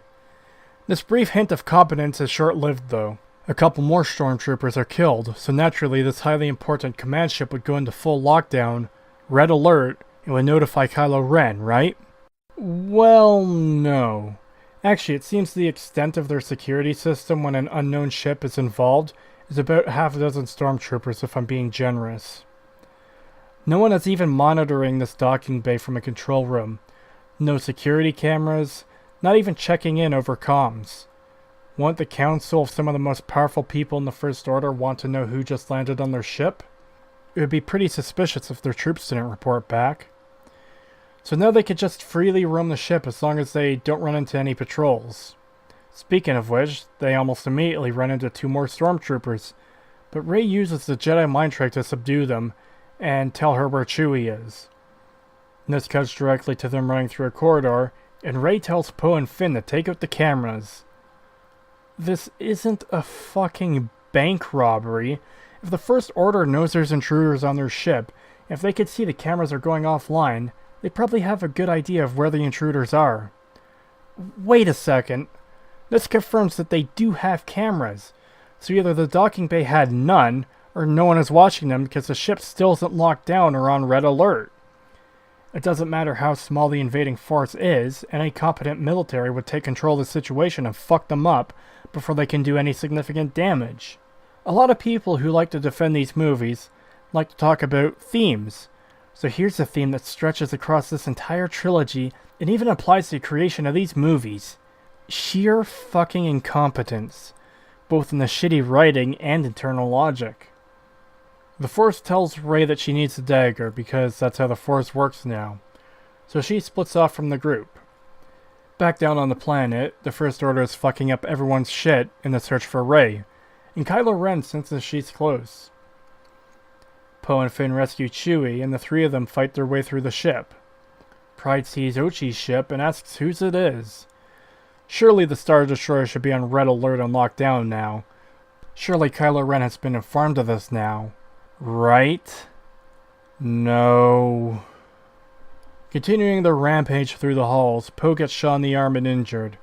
This leads to them getting captured as about 20 stormtroopers rush into the room and hold them all at gunpoint, so they surrender. Meanwhile, Rey finds Kylo's room along with Chewie's things and the dagger, but is stopped by Kylo. Well, sorta. He's still down on the planet, so it's unclear if this is a force projection like what Luke did in TLJ. They're talking to each other, and Rey seems to think she can threaten Kylo by waving her lightsaber at him. But surely they can't fight when they're not in the same location, right? It was dumb enough earlier when he took the necklace. Kylo starts going on about Rey's parents again. You know, the people that he said were nobody in the previous film. He claims he knows the full story now, clearly foreshadowing where this plotline is headed. Rey gets pissed and attacks the projection. Kylo pulls out his lightsaber and blocks her attack.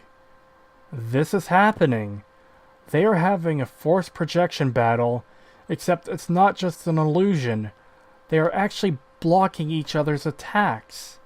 The blades are hitting like in a normal lightsaber fight. So I guess all the rules are just out the window now. They can fight regardless of distance from each other. They could teleport objects across the universe. Boundaries and limitations don't exist anymore. Anything is possible so long as someone has enough force energy injected into their butthole. It's truly amazing how much contempt the writers seem to have for the source material. Kylo tells Rey her parents sold her into slavery for her own protection. They continue fighting, and it's clear from the environmental damage that they are capable of harming each other despite being thousands of miles apart. Kylo explains that it was Palpy who gave the order because he wanted Rey. We're then shown a flashback of Ochi threatening her parents. Rey's mother claims that Rey isn't on Jakku, while Rey's father is stabbed with a MacGuffin dagger. Oh boy. Ochi must have been a really shitty bounty hunter. Rey's parents were captured on Jakku, as evidenced by them being taken away on Ochi's ship in Rey's memories. And yet, he just believes them. It doesn't search for Rey. How is it that little kid Rey knows they're on that ship, but Ochi wasn't able to see her? It's really vague, but you'd think she'd be screaming for her parents and drawing attention to herself long before the ship had taken off. Rey and Kylo's fight ends when they destroy the pillar that Vader's helmet is resting on, teleporting it to Kylo and giving away Rey's location. There doesn't seem to be any rhyme or reason for how or what gets transported. So much so, I'm surprised Kylo doesn't just walk through the veil of the Force and appear before her in person, rather than having to call a ship to bring him back. He stops fighting her and I guess he just disappears from her perception or something? She's no longer able to fight him and vice versa, so I guess it's just a connection that can be established and severed at will. Okay. Kylo turns to see a stormtrooper and says that Rey was in his quarters and demands the ship be locked down. He demands that the ship be locked down. Amazing. During all that shit, Pride ordered our captured heroes to be executed, but are rescued from the firing squad by Hux, who announces that he's the spy. Okay, stop right the fuck there. Where, when, why, and how? This entire trilogy has been an exercise in insanity, but this is the moment where it became 100% crystal clear that the people writing this shit need to be sent to an insane asylum. Poe victoriously shouts, "I knew it!" He knew it, guys. This contradicts everything we've learned about Hux throughout this trilogy. He wanted to wipe out the Resistance at any cost, and was one of the most influential people in the First Order. Don't forget, he's the guy who did the Nazi speech before blowing up several totally innocent worlds in TFA. He's not a master manipulator like Varys in Game of Thrones. He's been a villain from the start, and now he's just been twisted into a spy for the Resistance. Okay, So that raises the question of why is he doing this? Has he been with the Resistance the whole time? If not, then why betray the organization he's devoted his entire life to serving? When asked why he's helping them, he says he doesn't care if the Resistance wins, and just wants Kylo to lose. There's always been a bit of a rivalry between Hux and Kylo, and while I wouldn't call it a friendly rivalry, it didn't seem like they were trying to kill each other either. They simply occupied two different positions of power that clashed with each other, as neither held rank over the other. Kylo could have easily killed Hux whenever he wanted, given he's now the Supreme Leader. This could have been a compelling side story with the proper development and revealed more of the inner workings of the First Order, but this awkward reveal that the writers think will shock the audiences has absolutely no substance. The only shocking thing about it is how poorly it's written, but I suppose that shouldn't really be a surprise at this point. Next we see stormtroopers questioning C-3PO, before Rey Is strolls into the room and kills everyone. Again. Kylo returns and Rey tells the droids to find the others, which they do immediately, right as they reach the Millennium Falcon. Hux tells Finn to blast him in the arm, so it will look like they legitimately got the upper hand on him. Finn shoots him in the leg instead. So about that lockdown Kylo ordered. You know, the one that should have been initiated at the start of this dumb sequence. The one Kylo Ren just ordered a few minutes ago because everyone else is apparently asleep at the wheel. Yeah, it doesn't seem like there's a lockdown in effect. You know, because nothing is locked down. There also isn't any alarms going off or change in lighting to signify they've got a security breach, and, well, nothing is fucking locked down. This might seem like a nitpick or a silly thing to complain about, but it shows a level of incompetence that rivals the worst Saturday morning cartoon villains. I can only assume this is because the writers are either too damn lazy to think of how the heroes could have escaped, or don't realize the more threatening a villain is, the more significant a hero's victories. Stormtroopers fill the room as Kylo approaches Rey. She asks why the Emperor wanted her dead, and he tells her it's because he feared what she would become. She doesn't just have power, she has his power. Rey is Palpy's granddaughter. Shocking. What an amazing twist. Thank you, film. Earlier when they were fighting, he said he didn't lie to her, referring to TLJ, where he said her parents are no one, and that she's no one. But the descendants of Emperor Palpatine aren't no one. Kylo offers that the two of them can kill Grandpa Palpy together and take the throne. As Rey backs up to the entrance of the shuttle bay, he offers his hand, as he said he would earlier. The Millennium Falcon appears and stormtroopers begin blasting it to no effect. Poe uses the engines to push them all back. Finn tells her to jump, so she does, and he catches her, and they take off. Hux explains that the guards were overpowered, and he was forced to help the prisoners. Pride takes a stormtrooper's weapon, kills Hux, and orders that Kylo be told they found the spy. So I guess that plot thread is taken care of. How did he know Hux was the spy? I mean, sure, it's suspicious that the prisoners got away, but Hux is a valuable member of the First Order, and killing him without any evidence of betrayal should come with severe consequences. This could have easily been solved by showing that Hux had been recording during his betrayal, and had a tense moment, but this just looks like his death was thrown in for shock value. Back on the Falcon, Poe is suspicious of the First Order not chasing them. Chewie tells him that the landing gear is busted. In the back, Rey and Finn are doing some mechanical stuff, and Rey says that Grandpa Palpy had her parents killed, so she's going to destroy him. Finn observes that it doesn't sound like her. He starts to say, "I know you," and he's interrupted by Rey saying that everyone keeps telling her they know her, but she's afraid no one does, like she's some edgy teenager. However, Grandpa Palpy is angry with Kylo Ren, because Rey is still alive. He suspects Kylo of betraying him, and threatens to turn the fleet against him. Kylo says he knows where she's going, and that she'll never be a Jedi. Palpy, in no uncertain terms, once again says, "Make sure of it.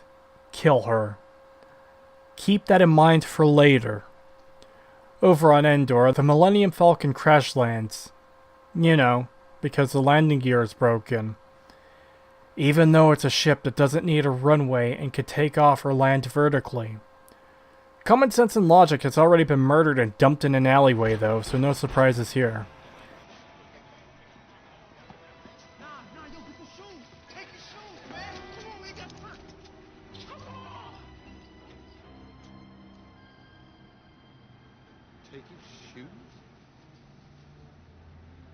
We see the group approaching a cliff, and the camera changes to show what they're looking at.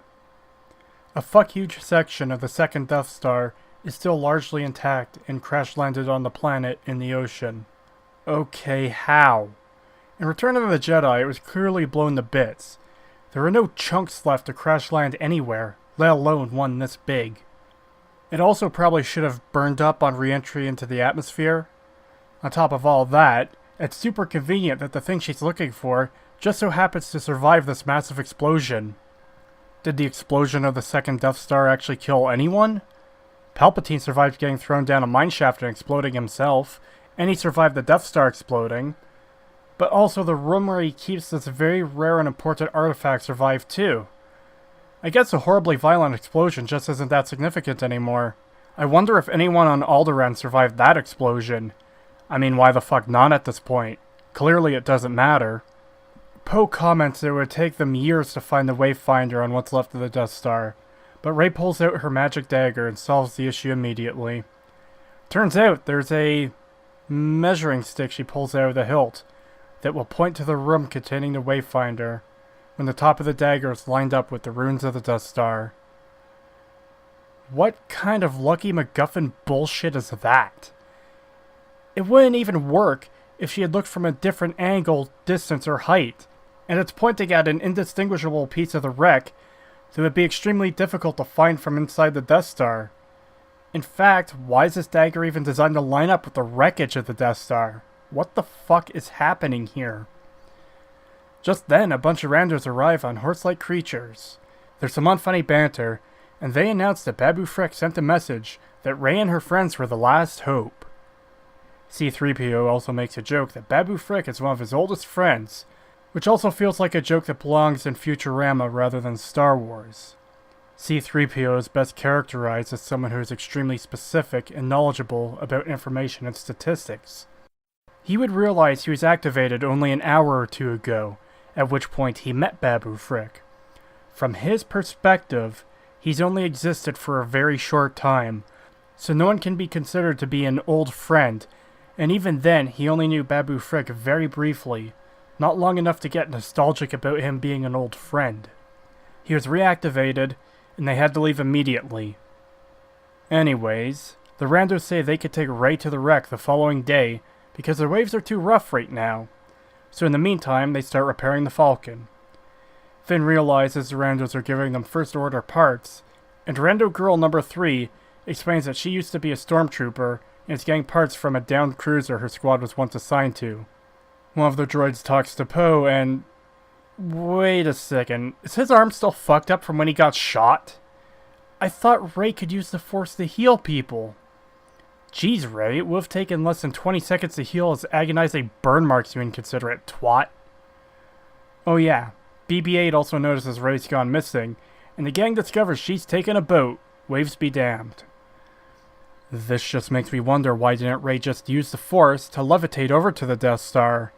Just think, she's strong enough to pull a ship out of the sky, so hopping onto a boat or even a chunk of metal and levitating it over shouldn't be out of the question for her at this point. This is what happens when you just do whatever the fuck you want without listening to any established rules. It looks really fucking stupid that she's risking her life to reach the Death Star when she's already displayed enough power that would make the journey trivial. Referring back to Neryl's video once again, he made the argument that the Force existed as a plot device for the sake of the story, and basically says that the fans are wrong for wanting it to be consistent. Well, Neryl, you got your wish. The Force is a plot device, and the scale of power shifts every which way at random in order for the story to work. Pulling a ship out of the sky isn't out of the question when she needs to do it, but levitating across dangerous water is impossible for the sake of drama. Finn and Poe argue a bit, and Rando Check tells Finn there's another skimmer so he can go after Rey. She makes it inside the Death Star, and I actually really like this scene. It's arguably one of the few where the filmmakers were paying attention to the detail, because if you look very closely, you can see the state of the Death Star is the perfect metaphor for this franchise. Ruined, tattered, and destroyed. It still exists, but it's so far removed from what it once was that it's nearly indistinguishable. She climbs through the wreck and finds the Emperor's throne room. As she looks upon the throne, the doors to Palpy's broom closet open automatically. How the hell does this thing still have power? She enters the broom closet and the doors close behind her. Before long, she finds the Wayfinder and comes face to face with an evil version of herself. It's fucking hilarious they actually kept this cringe-inducing scene in with the folding double-bladed lightsaber. Rey starts tripping balls and battles with her own hallucination, which locks blades with her, and starts snapping and snarling like a dog with shark teeth. It's like that scene in Lord of the Rings where Bilbo loses his shit and snaps at Frodo and has a creepy monster face for like 2 seconds. What the fuck is going on here? So, was she having a lightsaber fight with a vision? Did it pose any threat to her or not? Did she pose any threat to it? What the fuck is happening? Why did evil Rey grow shark teeth? Rey falls out of the broom closet and drops the Wayfinder, just in time for Kylo Ren to show up. He picks it up and says that Rey tried to prove herself to Leia, but failed, and cannot return to her now, just like he can't. He destroys the Wayfinder, saying the only way she could get to Exegol now is with him. Naturally, this starts a lightsaber fight between them. Just how the fuck did Kylo even get here at the exact same time as her? He didn't know where the Wayfinder was on the Death Star. I swear, the sheer amount of coincidences to keep the plot moving in this film are giving me a fucking aneurysm. Leia must sense this from across the universe, so she leaves to go use the Force to contact Kylo. Orange Yoda says it'll take lots of Leia's strength to do this. Finn and Rando Chick arrive on the Death Star to hear the clash of lightsabers, so Rey and Kylo fight for a bit. I don't know shit about sword fighting, but these two fight like two kids picking up a sword for the first time. Eventually Kylo just beats her down, and the first real victory he's had in the entire franchise, but is stopped from striking Rey when Leia reaches out to him. He drops his lightsaber, which Rey uses to stab him through the chest. Oh shit, sorry, wrong clip. While soggy Kylo collapses from his wounds, Rey realizes Leia just died, and there's finally a moment, no matter how brief it might be, to linger on a significant event that's happened and let the audience absorb it. Kylo just kind of accepts his fate, but Rey feels bad and heals him. Oh shit, wrong clip again. Sorry, I made the mistake of thinking a force power could have been really useful in another situation again. Anyways, she heals Kylo and tells him she did want to take his hand. Ben's hand. She leaves his lightsaber and runs over to his conveniently parked TIE fighter, which hasn't been swept up by the massive waves, and fucks off elsewhere. Okay, now to address the elephant in the room. Why does she have this, deep, caring connection for him? Don't get me wrong, one of the few things I wanted from this trilogy was some sort of redemption arc for Kylo. But Rey should hate his fucking guts. He killed Han Solo, he nearly killed Finn, and tried to kill her and the Resistance plenty of times, even after they fought together against Snoke and his minions. He's done nothing to earn her sympathy or attachment. Hell, even Leia, his own mother, thought he was a lost cause, but somehow Rey expects him to change? In EOT, at least Luke's attachment to Vader was justified since he wanted to save his father, but nothing has shown that Kylo and Rey should have an emotional connection to one another. Finn sees her leaving, and the Falcon arrives to pick him and Rando Chick up. Back at the Resistance base, they're all mourning the death of Leia, except the group who haven't quite arrived back yet. In fact, they do arrive only to find out Leia died. Chewie has a fucking meltdown as yet another one of his friends has died. Credit where it's due, they actually paid him the proper respect here. When Han Solo died in TFA, he flipped his shit at first, but when it was time to mourn, he was shoved into the background to focus on Rey and Leia. Leia is obviously understandable, but she should have been comforting Chewie instead of Rey, who had barely known him for a few hours. In TLJ, Chewie wasn't even informed of Luke's death. I will say one thing though, All jokes and irreverence aside, I can respect and appreciate how they handled Leia's passing. Her final moments on screen weren't an embarrassment like The Last Jedi, and carried at least some emotional weight, especially since Carrie Fisher passed away between these films.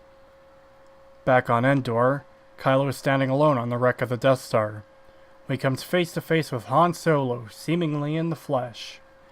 Kylo says that his son is dead, and Han replies that Kylo Ren is dead, but his son Ben is alive. So I guess we're calling him Ben now. Ben says that Han is just a memory. Han replies that it's Ben's memory. Han then asks Ben to come home, and he replies he can't. Leia is dead. But Han says what she fought for isn't. Ben then repeats his lines from TFA. I know what I have to do, but I don't know if I have the strength to do it. Han gently holds Ben's face as he did in TFA and says, "You do." Ben turns around and throws his lightsaber into the sea. He turns back to find Han gone. Alright, there's a lot of problems with this scene, but I do kind of appreciate the way they used Han's surprise appearance here. He wasn't a Force ghost, which would have been fucking stupid, and I'm shocked to say there was some level of emotional impact. But as I said, this also raises even more issues. Han Solo isn't actually here, so it looks like Kylo is pretty much just hallucinating and forgiving himself. Turning back to the light is one thing, but he's been on this crusade of evil for so long that it's just kind of hard to accept he'd change just because Rey stabbed him. Just to recap, in TFA he hesitated before killing Han Solo, which showed some inner struggle between his dark and light side, and even hesitated to kill Leia in TLJ. But other than that, he's basically been full evil prick. Even though he acts like he cares about Rey, he's still trying to convert her to the dark side and take her as his empress after killing Palpatine. So the sudden shift in his morals seems unnatural, and once again prevents him from being a believable character. Also, I understand the symbolic aspect of throwing his lightsaber into the sea. It's him shedding his persona as Kylo Ren. But that weapon is still incredibly useful in case he gets into a fight. He's not out of the movie yet and still has shit to do. So you'd think he'd want to keep such an important weapon. What if Rey falls to the dark side? What if he has to fight some dumb bad guys? And how the hell does Kylo get from here to Exegol for the finale when he's effectively stranded on the Death Star? This cuts to a hologram of Palpatine saying Leia disrupted his plans. He calls General Pride back to Exegol and orders a ship to burn a planet that Rey and her friends know, saying that she will come and her friends will follow. That's a lot of assumptions, Palpy. It's never explained how the Wayfinder works exactly, so I can only assume whatever information it provides can just be extracted and installed on all the First and Final Order ships. Otherwise, Pride wouldn't be able to return to Exegol, and the Final Order's fleet couldn't leave the planet. The Wayfinder becomes a worthless MacGuffin if the information can be extracted from another source, like we see later in the film, where Rey transmits her path to the Resistance, meaning that there's other ways to acquire it. The heroes were already aboard Kylo Ren's Star Destroyer, which likely would have the means to get to Exegol, so they could have downloaded the coordinates instead of traveling across the universe to find this extremely rare item. Hell, if Hux wants to see Kylo Ren fail so badly, why didn't he just transfer this info to Poe and Finn? I'll leave the rest of this point for later, because the tidal wave of stupidity is about to get even worse. We see one of the Final Order Star Destroyers warp in the frame, with no real point of reference for where this might be. I assumed they'd be targeting Coruscant or Naboo or something. You know, something that people would recognize from outside the Disney trilogy. But it's the shithole where Babu Frick and the Rocketeer live. The Star Destroyer has a big cannon on the bottom, so I assume they're going to do to this planet what was done to Terrace in Knights of the Old Republic. You know, some good old-fashioned orbital bombardment. Nope. A single shot from this cannon strap destroys the entire fucking planet, just like Alderaan. Star Destroyers can now wield Death Star cannons. Are you fucking kidding me? Seriously, it's like as if JJ thought he was being clever by one-upping the OT by increasing the power scale of the First Order's weaponry to absurd levels. The Death Star was originally the ultimate weapon, and it was bad enough that it was made obsolete by Starkiller Base and TFA, but this absurd power creep has completely fucked with the power scale of weaponry in the universe. They didn't just shoot this planet with the cannon, they shot any potential for future movies in this timeline. Remember that thing I said earlier about force powers? How consideration has to be taken when adding new ones because of the impact it might have on the overall universe? This movie introduced force healing, so now it makes absolutely no sense that this ability was never used in scenarios where it would have been super useful. This is much like that. If you add a powerful or extremely useful ability or technology, the default question in the future becomes, why don't they just use X to solve this problem? I think the perfect comparison of this is any modern horror movie in cell phones. Most modern horror movies now have to include a shot of a cell phone either being destroyed or having no signal to explain why the protagonists can't call for help, because it's the most obvious solution to any problem. Weirdo murderer stalking you? Just call the cops. So let's say 5 years from now Disney wants to make a trilogy that takes place after this current one. A new empire has arisen again, blah blah blah blah blah. One of the biggest questions will be, well, why don't they just win by default? They could just put Death Star cannons on any Star Destroyer, so all of them should have one. The absence of such powerful and useful technology wouldn't make any sense. They'd have to ask for a reason to not use it. Once again, this is why rules and limitations matter. At one point, blowing up a planet had limitations. Sure, the Empire could rule the universe with an iron fist with a Death Star, but it had limited range and didn't have the ability to blow up an entire solar system at once. Starkiller Base was fucking stupid for that reason. It took an already super powerful weapon and made it bigger and badder because that's the limit of the writer's abilities to make a new villain faction more threatening than the last. But now there's a fleet of thousands of Star Destroyers that could destroy entire planets with a single shot. This is Wile E. Coyote levels of absurd overkill. The Death Star was so big, likely because that's how big it needed to be to facilitate, operate, and maintain such a weapon, plus necessary security and operations. But now the destructive power is just infinite. It also means that living on any highly populated planet comes with the risk of being destroyed by any planet-killing superweapons. I'm not just talking out my ass about this either. I have proof of how big of a problem stupid shit like this gets. It was in the previous fucking movie, and this one has to throw in a line to cover for it. In TLJ, an entire First Order fleet, including their flagship, the Supremacy, was fucked up super hard by a small resistance ship doing a hyperspace maneuver into them in a suicide run. A guy in this movie says they should just do that to the Emperor's fleet, and someone has to jump in and say it's a 1 in a million chance. If it has such a low success rate, then why were the officers on the Supremacy losing their shit when they realized what she was doing? There's literally a greater chance of you being run over and killed by a car at complete random while walking down a sidewalk than this maneuver being effective. Anyways, the Resistance hears a broadcast on all frequencies. The Resistance is dead. The Sith flame will burn. All worlds will surrender or die. The final order begins.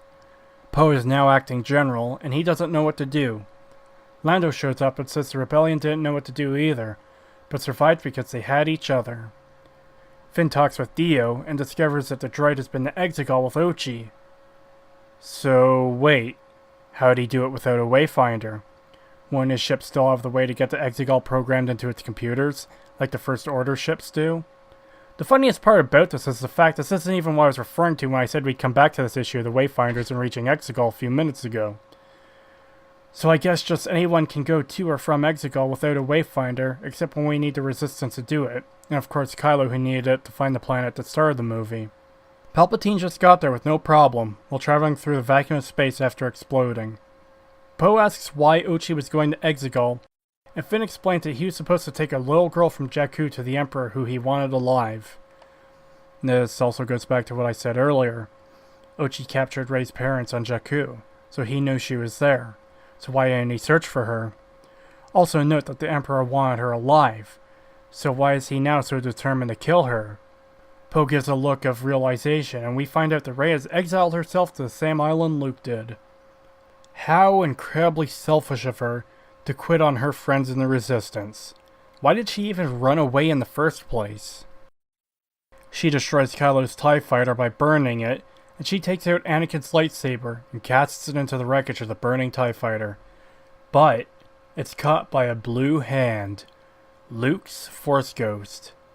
Doubling down on some of Rian Johnson's stupidity from the last film, I see. Guess I gotta explain this shit too now. In the OT, Force Ghosts couldn't have affected the physical world, because their consciousness lived on through the Force without a physical body. Their power was limited to giving advice and visions to guide other Force users. This meant they couldn't be an invisible hand of God solving everyone's problems. Obi-Wan even told Luke in the OT that he couldn't help him if he fought against Vader. But in TLJ, Yoda trolled Luke by calling down lightning to destroy a tree and hit him with his walking stick. Now, Luke straight up grabs a lightsaber and holds it as if he's never died. Giving Force Ghosts the power to interact with the physical world makes death almost an upgrade. You can exist forever, be unkillable, travel wherever you want, and even wield objects as if you were still alive. This changes the nature of any and all confrontations. Now any threat can just be eliminated. How? Why? Because Force Ghosts cannot be killed, and could hunt down anyone who is a threat to the galaxy with impunity. Or what about using the Force? There's a lot of situations where using the Force to eliminate any Sith leader would be useful. So why wouldn't he or any of the other Force Ghost Jedi do this to continue their duty after death? Even if they want to teach Rey or someone else some kind of lesson by having them solve the conflict for themselves, allowing entire planets full of innocent people to be destroyed by the big bad is a real dick move. Nothing makes any sense anymore. The rules are all broken. Everything is an incoherent mess.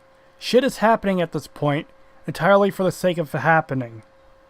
There's no logic, there's no common sense, there's no cohesion, there's no consistency. No joke, at this point you could take random scenes from 100 random action movies and stitch them together for a full feature-length movie. It would probably make just about as much sense as what we've got here. Anyways, Luke walks forward and says that a Jedi's weapon deserves more respect. Is that a jab at the round-headed terror of literature? He then asks Rey what she's doing in an annoyed tone. Kind of the way you'd say something to a hopelessly stupid person, and you're just so fucking annoyed with their shit. I guess Luke feels the same way the audience does. Can't really blame him. Rey explains that she saw herself on the throne, so she exiled herself, as he did. Luke responds that he was wrong. There was fear that kept him there. He then asks what she's most afraid of, and Rey says, herself. Luke asks if it's because she's a Palpatine, and he reveals that Leia knew too. Okay, how'd they know this? Can the Force just be used to tell family lines now? Darth Vader didn't know Leia was his daughter. He didn't know Luke was his son. He had to find out in other ways. So both Leia and Luke just poked Rey with the Force and knew she was related to Palpatine? Rey is shocked that Leia trained her despite this, but Luke says it's Rey's spirit, not her blood, that's important. Luke continues that Rey must face her fear, that if she doesn't face Palpatine, it'll be the end of the Jedi, and the war will be lost. Luke then tells Rey that he has something that Leia would want her to have. He reveals Leia's saber, and says that on the last night of her training, she sensed that her son would die at the end of her path as a Jedi, so she gave it up. But one day someone would pick up her lightsaber again, and finish her journey. You mean her journey to Ben's death? You'd think that would be a journey she wouldn't want finished. Also, Leia got Jedi training. You know, to cover up for the stupidity of the last film. Making the change this late into the game doesn't change how fucking awful the previous film was. Writing something absolutely fucking nonsensical and then retconning in an explanation doesn't fix it. It comes off as a throwaway attempt to save the previous film. I mean, why even bother at this point? The writing pitfalls and plot holes have only gotten deeper the more we dive into this trilogy, so why try to make any sense now? Luke says 1,000 generations of Jedi live in Rey now. Amazing. She isn't just a Jedi, guys. She's all of the Jedi. She's the most Jedi-ish Jedi who'd ever Jedi'd before. Luke tells her to bring both sabers to Exegol. She says she can't because she doesn't have the Wayfinder, and Ren's ship is trashed. But Luke repeats what Yoda said in the previous film. She has everything she needs. You know, besides a personality, and a mouth that can fully close. So Rey pulls the remaining Wayfinder of the charred remains of Kylo's ship. Wait a second. How is this not destroyed? His TIE fighter got destroyed earlier. It fucking exploded. I assumed it was the same one from the start of the movie, because why would he randomly decide to use a different TIE fighter for no reason? I guess plot convenience is just more important than making any kind of sense, though. Luke raises his old X-Wing out of the water. Yep, there's just no downside to being dead in Star Wars now if you're a Jedi. You can do anything. Back at the Resistance base, C-3PO introduces himself to R2-D2, who can restore C-3PO's memories. There's some unfunny banter as he resists, but just like that, C-3PO is now back to normal. Well, that plot thread got resolved quickly without any impact. Poe receives a transmission giving them all the information they need to launch an attack on Exegol, and is being sent coordinates from Rey that will lead them safely to Exegol. Now this next part I have to take a bit slowly, because they throw a lot of shit at you at once to explain how this massive fleet can be taken out so easily. Because now they've introduced such overpowered enemies, they've got to find some contrived way to defeat them. This is some of the most stupid shit yet, so bear with me. As long as those Star Destroyers are on Exegol, we can hit them. Hit them how? They can't activate their shields until they leave atmosphere. Which isn't easy on Exegol. Ships that size need help taking off. Nav can't tell which way's up out there. So how do the ships take off? They use a signal from a navigation tower like this one. Except they won't. Air team's gonna find the tower, ground team's gonna blast it. Ground team. I have an idea for that. Once the tower's down, the fleet will be stuck in Atmo for just minutes, with no shields and no way out. We think hitting the cannons might ignite the main reactors. How very fucking convenient.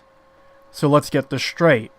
The Star Destroyers can't navigate properly because the pilots can't tell which way is up when they have fucking windows. They also cannot activate their shields for no reason. The cannons are also an insane Achilles heel that should have never passed any kind of R&D testing. They also need special navigation towers on the ground to help them, and apparently there's only one. This is just a perfect storm of contrived weaknesses that will allow the Resistance to take down an otherwise invulnerable fleet. There's so much wrong with all of this. First and foremost, if this massively powerful fleet is so vulnerable here, then why have they just been sitting here waiting to be attacked for the entire movie? Palpatine already made clear what his intentions were, and he just had to show power by blowing up Babu Frick's planet, so what reason is there to keep them hidden on Exegol? Logic dictates you send your ships out into space and get their shields up so they can't be destroyed by a ragtag group of uncoordinated underdogs. This is a massive flaw in their plan immediately. If they need a military force to protect Exegol, they should have plenty of TIE fighters ready to support the destroyers. By the simple fact this fleet exists, they've shown us they have the manpower to do it. Also, the navigation issue only affects big ships? For just no reason. Why would the size of the ship matter? You'd think navigation computers would be standardized, but they need a special nav tower to tell them which way is up? Seriously, this is so important, and it was Palpatine's plan to lure them here. Why wouldn't he make more nav towers so one getting taken out won't fuck over the entire fleet? They should have dozens of these things with defensive turrets if they're so vital. Wait, why does the Resistance need a ground team to destroy this thing? If smaller ships can navigate Exegol, why can't one of them just shoot it and blow it up? We've seen X-Wings take out turrets and other stationary targets before, so this shouldn't be any different. Then there's the shields. Is there any particular reason they can't raise their shields in the atmosphere? We've seen plenty of times before where shields have been raised on planets with hostile environments, so why not here? Finally, we have the cannons. I already talked about why they're dumb, but it gets even worse. They're a weak point that can destroy the entire ship. They're glass cannons. They're as close as you can get to a glass cannon without them being literally made of glass. Holy shit. Why would the Emperor design this? The Death Star's weakness wasn't shooting at its cannon. It was an exhaust port that was extremely well defended and difficult to hit at range. If the ships are so vulnerable when their shields are down, why wouldn't they have thick armor plating that could resist the small laser fire of a standard fighter craft? This is just stupid. The Final Order just so happens to have every single handicap needed for the Resistance to win what would otherwise be completely insurmountable odds. So after that, we get the hilarious hold-on maneuver line that I talked about earlier. Someone mentions that there isn't enough of them, but Finn says that he's sending Lando and Chewie to the core systems to put out a message for help, and Poe says they've got friends out there who will come if they know there's hope. Yeah, no, I'm sorry, but the ending of the last movie can't be reconciled that easily. This actually fucking makes things so much worse. In the last movie, the First Order's flagship and about a dozen Star Destroyers were fucking crippled by Holdo's suicide maneuver. The First Order's leaders were as vulnerable as they ever could be, and still no one showed up to help the Resistance. They were abandoned, even though the First Order was at their weakest. But now they've just got thousands of ships that can eliminate entire planets. Well shit, I guess they're just all going to respond to risk their homes being destroyed, rather than giving up this time. Poe reassures them that they will respond and come to help, because the First Order wins by making them think they're alone. But they're not alone, and good people will fight if there's someone to lead them. As fucking if they didn't have someone to lead them before. I'm struggling to understand how this is any different from the last movie. Leia was one of the biggest Resistance leaders and an icon for the rebellion, and their allies in the Free Folk didn't respond to her call for help on Crate. But now they'll help Poe attack a fleet so massive and powerful they shouldn't be able to stand a chance against them? Anyone looking at the numbers should realize this is just suicidal. Hell, they don't even realize the cannons are a weak spot until the plot requires it. Even then, it's just a baseless assumption, a guess at random. There's a big, inspiring speech, the kind we've heard many times before in better movies, and the Resistance heads to Exegol. This cuts to Rey arriving at Palpy's palace in Luke's X-Wing, and the Star Destroyer fleet is just sitting there still, with every possible weakness they could have that would allow the Resistance to win. These people are supposed to be a highly effective military, but they do nothing to plan around their weaknesses. This gets even worse in a bit, but I'll get to that when we reach it. Rey lands and enters the evil Temple of Evil.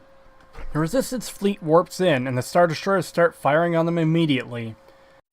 Now, just look how many ships there are here. Poe even says to get on their level because they can't hit the Resistance ships without hitting each other. But the Resistance is arriving at Exegol above the Star Destroyers, and they literally have thousands. The Destroyers should be bombarding the general area the Resistance ships are warping into. Most of the ships would have been shot out of the sky within seconds of arriving. Finn is heading to a navigation tower, and a First Order officer reports to Pride. Maybe this wouldn't be an issue if you built more than just one of them, or if the ships could perform their own navigation. They did have 30 years to do it after all. And again, it's just moving fucking upwards. Why is that so hard for them? Now I want everyone watching this to stop and think about this real hard for just a minute. The Star Destroyers cannot navigate properly, and Poe says they can't even tell which way is up without guidance. And yet, Pride's command ship has a nav tower that can guide them, even though his ship is bigger. What the fuck? This is contradictory and stupid. If big ships arbitrarily can't navigate without assistance on Exegol, then how can Pride's ship navigate for them? They also make a big deal of this. Pride says they'll guide the fleet out themselves, but what was stopping them from doing that before? Shouldn't they have done that in advance to close this obvious weakness? Why are they still just sitting there and not doing anything? The tower shuts down and Finn realizes they're transmitting the nav signal from the command ship, so Finn has his troop carrier land there. Anyone notice something wrong with this picture? Let me make a quick edit, and there. Now this is still unrealistic since this is really only a fraction of what should be there. But where the hell are the TIE fighters? There should be thousands of them swarming this shot to protect the fleet against smaller spacecraft. Once Finn's carriers land on the command ship, Pride orders their speeders be jammed. But a dude says he can't, because they're not using speeders. And it cuts to the carrier opening, and a bunch of people charging out on horses to triumphant music. This is beyond fucking parody. The most surprising thing about the scene is the fact there isn't a fucking laugh track here to accompany it. They've landed a troop carrier. Jam the speeders. I can't, sir. Why not? They're not using speeders.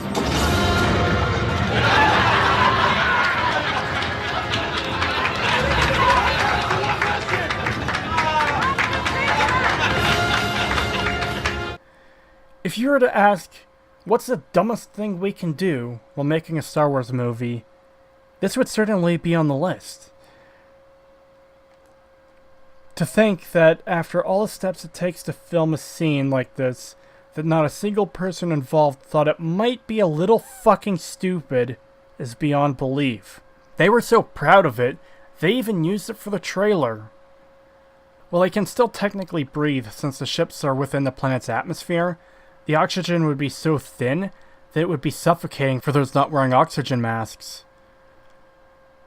Okay, so if these space horse riders are such a threat to Pride's ship, why doesn't he just, tilt the ship a bit so they all fall off?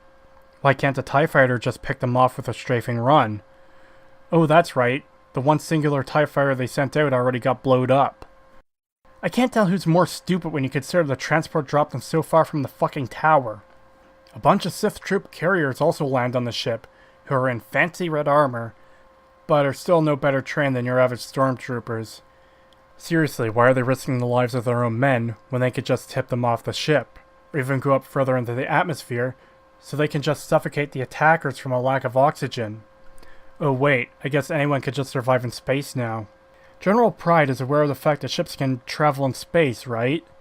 It also makes no sense why the ships are still just fucking standing there when Pride should be giving the order to rise up to activate their shields. Also, hang on, how did the Resistance even know about these nav towers in the first place? My original assumption that it might have been in the info Hux gave them, but this isn't mentioned anywhere, and they didn't even know about the cannons, which Hux surely would have, being such a high-ranking member of the First Order.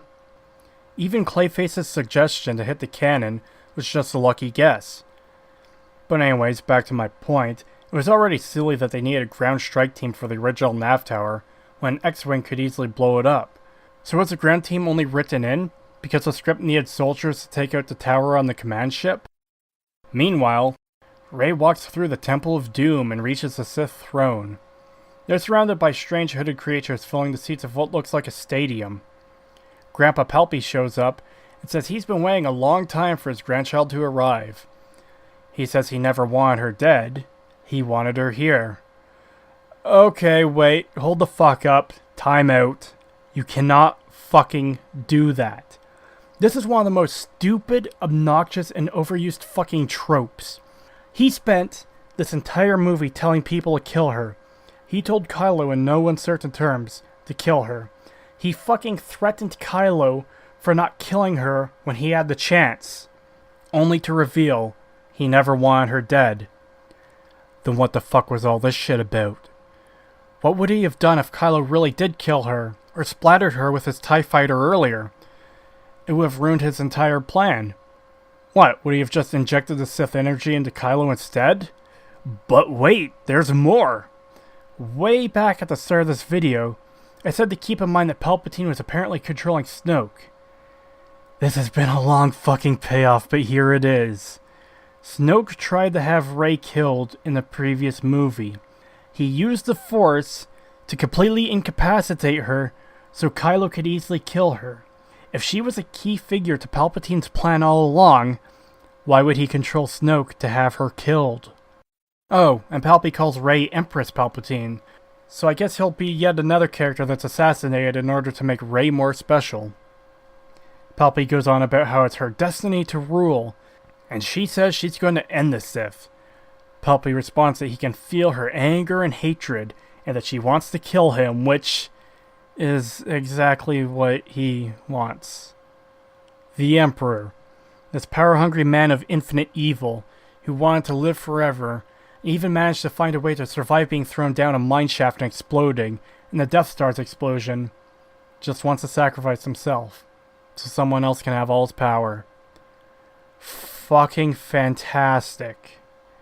He says his spirit, along with all the Sith before him, will pass into her. Where did this come from? Force users have never shown to become soul bonded with whoever they kill. Despite being such a major part of Palpy's plan, this is never explained. What the fuck is this now? Highlander? All the Sith don't live in Kylo, one of the last remaining Sith, so does this mean the most powerful Force user on each side has all the spirits of all the Jedi or Sith? Just infesting their body? Fucking what?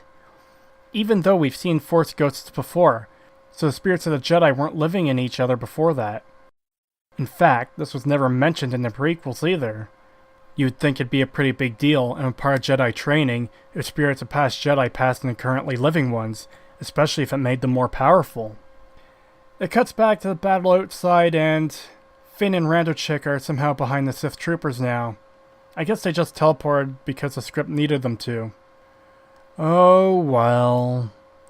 They open a hatch and drop a bunch of grenades in. This conveniently triggers a chain reaction that takes out the nav tower. Pride commands that the signal be reset. Didn't they just blow up the tower? I think there's a far larger issue than unplugging the modem for 30 seconds and plugging it back in. Even Poe says it won't be down for long. What could they have possibly done with a fucking explosion that would have inconvenienced the nav tower to the point of shutting down for a few minutes but not permanently? Once again, I guess explosions really don't have any impact now. Oh yeah, we also see the Star Destroyers powering up their engines, so I guess it was their plan to just arbitrarily wait around and get into danger for no reason, when they could have easily left before this point. I'm getting some fucking Game of Thrones Season 8 Vietnam flashbacks for bad military strategy here. Finn says he can't leave yet, as he realizes they're resetting the systems, and gets a feeling that there's something he needs to do. Meanwhile, Poe realizes no one is coming.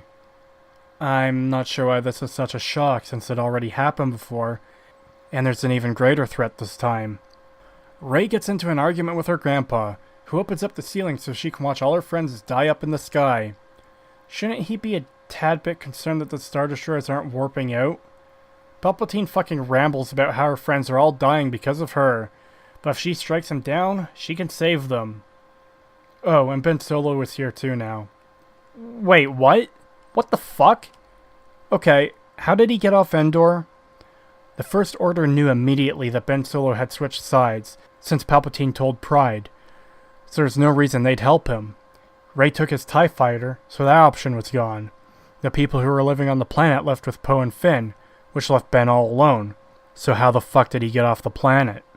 This is just like that scene in Aquaman, where they're in that ancient underwater kingdom that lost all its water, and everyone died out, and Aquaman and his girlfriend had no way out, but in the next scene, they're just arriving where they needed to go anyways. This movie was broken from the very start, but the deeper in we go, the worse it's fucking getting. Rey senses Kylo's arrival, and pretends to agree to Palpatine's plan.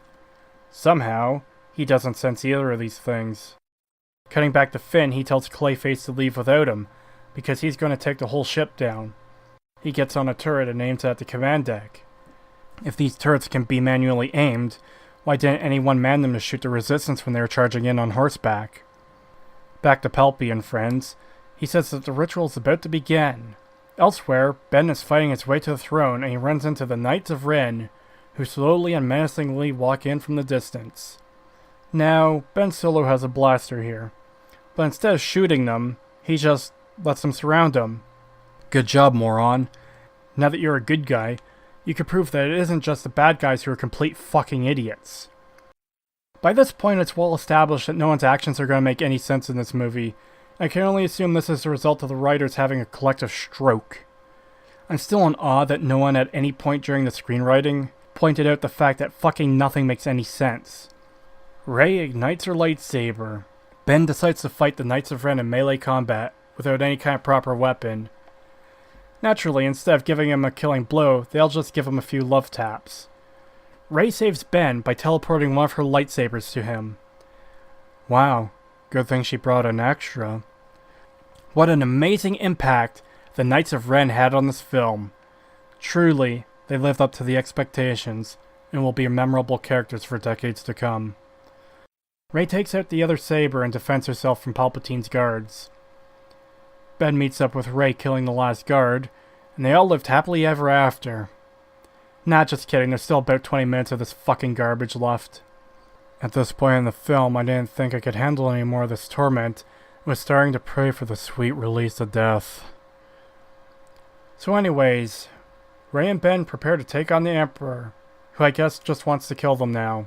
He immediately fucks their shit up, by completely incapacitating them and levitating them into the air with no effort. Palpatine accidentally sucks off some of their souls or life force or regular force or something, and he realizes that their bond has some kind of life force healing power that hasn't been seen in generations. Rey is so much of a Mary Sue that's overflowing into other characters now. Amazing. So now Palpatine just sucks out their souls and heals himself with their super powerful life energy. But wait, if he can do this, then why can't he just absorb anyone's life force? If that's the case, why hasn't he just consumed the life force of thousands of living creatures to keep himself alive? Palpatine would have absolutely no qualms about using people for batteries if it meant staying alive for another 5 minutes. So I guess it's just not possible unless you're stealing the life force of someone who is blessed with this ultra-rare life energy and a strong bond. And I hate to tread old ground again, but how the fuck does Rey have this connection with Ben Solo? Even if he has changed to the light side, that doesn't undo all the fuck up shit he's done. They're not exactly star-crossed lovers at this point. So Palpy steals all their life juice, and the two collapse quicker than my will to live. Back in the air, Poe's trying to help the cop dude from Heroes, but he gets shot down and blown up. Poe's on the brink of breaking into tears because it seems like all is lost, but then Lando shows up with a shit-zillion ships basically saying, "There's more of us than there are of them." So they start hitting the cannons and the Star Destroyers start blowing up. This is where I come back to the issue from earlier. It was Palpatine's plan to fucking lure the Resistance here to destroy them. Yet all his super important ships are essentially crippled here and can't do a damn thing. Yet at the same time, they are powering up their engines to leave and needed a nav tower to do so. What the fuck was his plan? No, really, could someone actually please fucking explain this to me? Because clearly this is either the single most stupid plan ever conceived, or I really am missing something here. It's a catch-22. He's luring the Resistance to Exegol to destroy them, but his ships are vulnerable and seemingly unable to do much against the Resistance ships. Pride is shocked that they have so many ships because they don't have a navy. A rando officer responds, "It's not a navy, it's just people." Someone responds to Poe over the comms and he's shocked to find it's the Rocketeer from earlier. Even Babu Frick pops up and looks directly at the camera to prove they both survived. No, it's fine. What minimal emotional impact the destruction of that shitty planet might have had is completely tossed into the dumpster, because the only connection the audience had to it, these characters that we see for about 5 minutes total, both survived it. Also, why aren't the Star Destroyers bombarding the entry point to where the reinforcements have warped into? There's so many that it would be impossible to miss. Ben Solo starts to get up, and Grandpa Palpy gets mega pissed, so he throws Ben into a hole. There's a fucking hole there. A random ass fucking hole in the ground. It's like a cliff and he just throws Ben at it. Ben actually lands on his fucking back, hard enough to send chunks of rock flying off, so I assume it's safe to say his spine was just turned into dust. Not that it matters, because surely this fall is going to kill him. He definitely isn't going to come back and die by giving his life energy to Rey. This moment is actually portrayed as a callback to Return of the Jedi. Palpy says he was once thrown down a mine shaft, so he's going to do it to the last Skywalker. Since Palpy stole the powers of Mary Sue, his Force Lightning attack has been Mega Ultra Supercharged. He shoots it into the sky and disables all the Resistance ships. He who consumes the power of the Sue becomes the Sue. Okay, how is he only targeting the Resistance ships? As the Resistance ships start falling out of the sky, Rey awakens and begs for the fallen Jedi from the past to be with her again, just like she did at the start of the film. And the fallen Jedi do speak to her. In fact, one of them says that every Jedi that's ever lived now live in her. I always used to think being a Jedi would be super cool, but I don't think so anymore. Not if dying means you'll eventually have to live inside one of the worst heroes to ever defile the genre. I can't help but wonder what brand of glue the writers were sniffing. Since TFA, one of the biggest criticisms against the Disney trilogy was Rey being a Mary Sue. So much so that she now stands as the definitive example of one. Every single challenge or failure has ultimately amounted to an inconvenience at worst, and she just keeps getting more and more powerful. Kylo Ren was such a fucking non-threat for the entire trilogy because he kept losing to her. The Fallen Jedi didn't call out to Ben Solo, they waited until he was out of the picture to help Rey, so she could take down the Emperor by herself. Oh yeah, By the way, this scene also includes the voice of Ashoka, which confirms she's dead as well. Just for anyone who isn't aware of this, she's a fan-favorite character from the Clone Wars series. It takes place between Attack of the Clones and Revenge of the Sith. I only just started watching this recently myself. I've only seen the original movie and a couple episodes, so I haven't really formed a proper opinion on it yet. But it's alright so far. I'm actually optimistic about it, unlike this fucking piece of shit. Rey rises up and grabs her lightsaber. Palpy stops his lightning against the Resistance ships, without actually destroying any of them. They all recover and resume their attack. He shoots the lightning at Rey instead, and she blocks it with the lightsaber. Why can't he just angle a stream of lightning to zap her? Palpatine says he's all the Sith, and Rey force grabs the other lightsaber, ignites it, and in a moment you know it's meant to be impactful because the music stops, she says, she's all the Jedi. Oh, we're really doing this. Okay, let's do this. What the fuck does this even mean? Does this mean that with each time there's a new generation of Jedi and Sith, the greatest champions from each side pass on their souls to the next generation to make them even more powerful? Does power transfer from one to the next Highlander style? Does this mean there's no cap on how powerful a Force user can be? Maybe in another 1,000 generations, a Sith will be powerful enough to just use the Force to destroy a planet. No, really, what the fuck does it mean? If it's simply a spiritual thing, that means each side just has some ghostly cheerleaders. But if it's an actual power thing that makes them stronger with the Force, then this just torches any semblance of limitations going forward. The Force isn't this mystical energy that flows through all things like Yoda described. It's a fucking video game power-up with no limit. Just keep plugging the souls of dead Jedi into your asshole to increase your Force strength. No, don't think about how stupid this is and how much it damages the fucking universe of Star Wars. Just consume this garbage and get excited for more garbage. Rey uses both lightsabers to deflect the lightning back at Grandpa Palpy. She kinda has to physically force it back at him by pushing back at it, like a fucking Dragon Ball Z energy blast. This shreds poor Grandpa Palpy apart. You would fucking think he would have learned his lesson by now. Every time he uses his power, it's either completely ineffective or it just fucks his shit up super hard. There's no middle ground. In fact, he effortlessly incapacitated Rey and Ben earlier, so why can't he just do the same thing and crush her bones to dust and cause all her internal organs to explode? It would be pretty fucking hard to deflect that. But no, he just falls for the same trick Mace Windu pulled on him 50 fucking years ago. He has time to stop too. He's not locked into this attack, but he persists anyways instead of changing tactics. Keep in mind, this was the guy smart enough to manipulate the entire Jedi Order, the entire Senate, the fucking Separatist movement, all to increase his own power in the prequels. He made a plan and carried it out. He orchestrated Anakin's fall to the dark side. He nearly wiped out the Jedi Order. This is not a dumb character, except for when he's fighting Rey, I guess. Maybe when he got thrown down the mineshaft in Return of the Jedi, he bashed his head off some metal post or something on the way down, and received intense brain damage from it. Even when he tried to get Luke to fall to the dark side, it wasn't stupidity that was his downfall, but maliciousness. He was so focused on torturing Luke, he didn't sense or expect Anakin's betrayal. But with Rey, he sees she's blocking the lightning, and despite it disintegrating his own face, he just keeps fucking doing it. In fact, her deflection is so powerful, it causes the entire temple to collapse.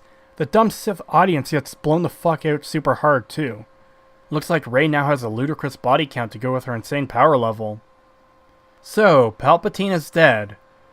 For sure this time, right? Oh wait, death in this universe is now completely meaningless. Good fucking job. This is supposed to be a triumphant moment, a victory over evil, but it's undermined by the very star of this movie, his nonsensical resurrection. If he came back from the dead before, what is there to stop him from coming back again? No, really. He survived the Death Star's explosion, so he could survive anything. He's already been blown up twice, so why would this one be any different? Is he like Ganon, is going to reincarnate every few years? It's all fucking meaningless. Fuck you, JJ. Also, Finn and Rando Chick successfully destroy the command ship, and are rescued by Lando. Finn senses Rey's death. So is he a Force user now too? You know what? Fuck it. Everyone's a Jedi. I don't fucking care anymore. Finn is a Jedi. Chewie's a Jedi. Han Solo's corpse is a Jedi. The atoms that once made up Palpatine's body are all Jedis. Babu Frick is a Jedi. In fact, fuck you, Babu Frick is such an expert in the Force that he's the one that trained Yoda. We've already driven this thing off a fucking cliff, we might as well go all the way. How about a blaster that can destroy entire planets now? The power scale is fucked anyways, let's do it. There are no limitations, there's no rules, just do whatever you fucking want. Welcome to modern Star Wars, where character development is made up and the rules don't matter. So, Rey is dead now, I guess. I'm not sure I killed her, but whatever. If you're still expecting anything in this movie to make any sense, then I really don't know what to tell you. Maybe you're just far more optimistic than I am. Oh wait, look at that. Ben Solo survived a spine-shattering injury, managed to not fall to his death or get hit by any falling rubble as he climbed back up. Wonderful. He stumbles over to Rey's body to see if she's alright and finds out she died. Well, I mean, hey, at least this movie is ending on a bittersweet note. It's kinda positive. Sure, he's Ben Solo, but he's still a Skywalker by relation. Maybe that's what the title is in reference to. Ben Skywalker redeeming himself, honoring his parents and uncle, and dedicating himself to the light side of the Force, and, sure, even honoring Rey's sacrifice. I'll be generous. This actually almost seems like the ending scene somehow got swapped from some kind of alternate universe where this trilogy wasn't complete dog shit. At least I could say there's a scene in the movie I liked, right? Wait, hold the fuck up. What? He uses the fucking Force to bring her back to life. It's official. Death is meaningless. 100% meaningless. I mean, it was already meaningless for multiple reasons. Death as a Jedi now has no downsides thanks to this trilogy, but now you could just force bring people back to life. Oh my god, how awkward. No one let Anakin know about this. He might get fucking pissed if he finds out.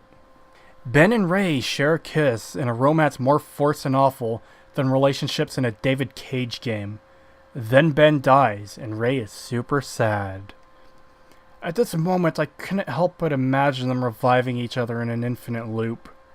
Then Ben Solo just fucking fades away, and so too does Leia's corpse. At least there's no bodies to clean up. How convenient. Wreckage of the Final Order Star Destroyers fall from the sky.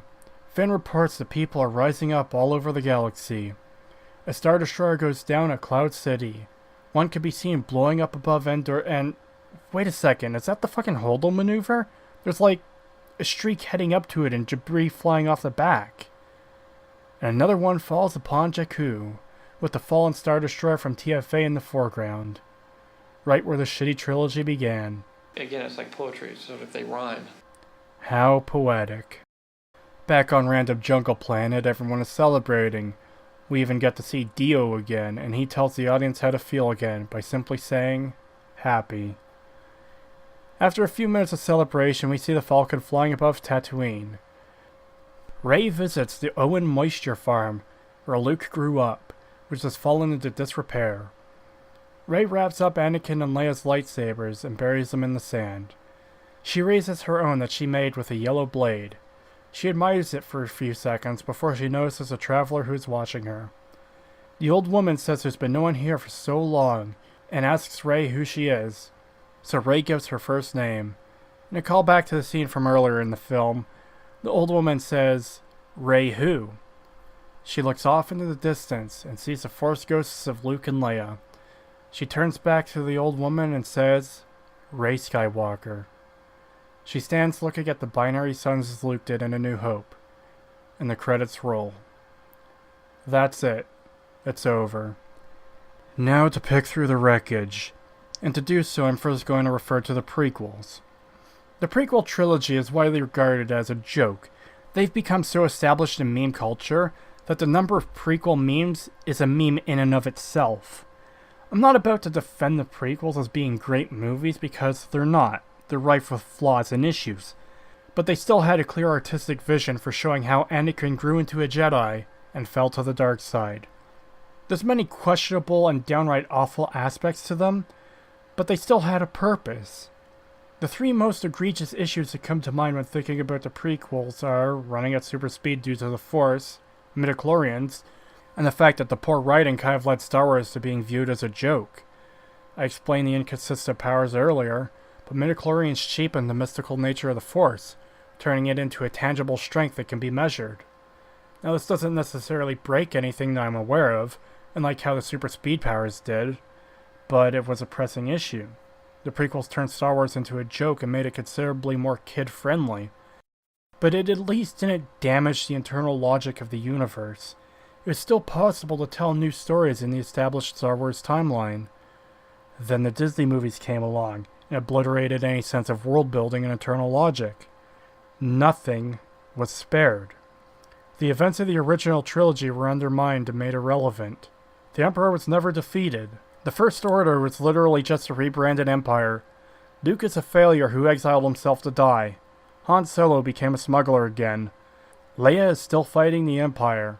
The rebels in Rogue One are assholes and incredibly fucking stupid. In fact, everyone in that movie is insane. Han Solo was turned into a fucking Gary Stu in Solo. They go so far as to establish his name and how Chewie got his nickname, but they don't establish how he developed into the skilled pilot and marksman we knew and loved. Everything the heroes achieved in the original trilogy has fallen into legend within a mere 30 years, and their triumphs made meaningless. And beloved legacy characters are killed off for cheap shock value, while the remaining ones are exploited to make audiences give a damn. The power scale of everything from weapons to powers of the Force are now fucked beyond all repair.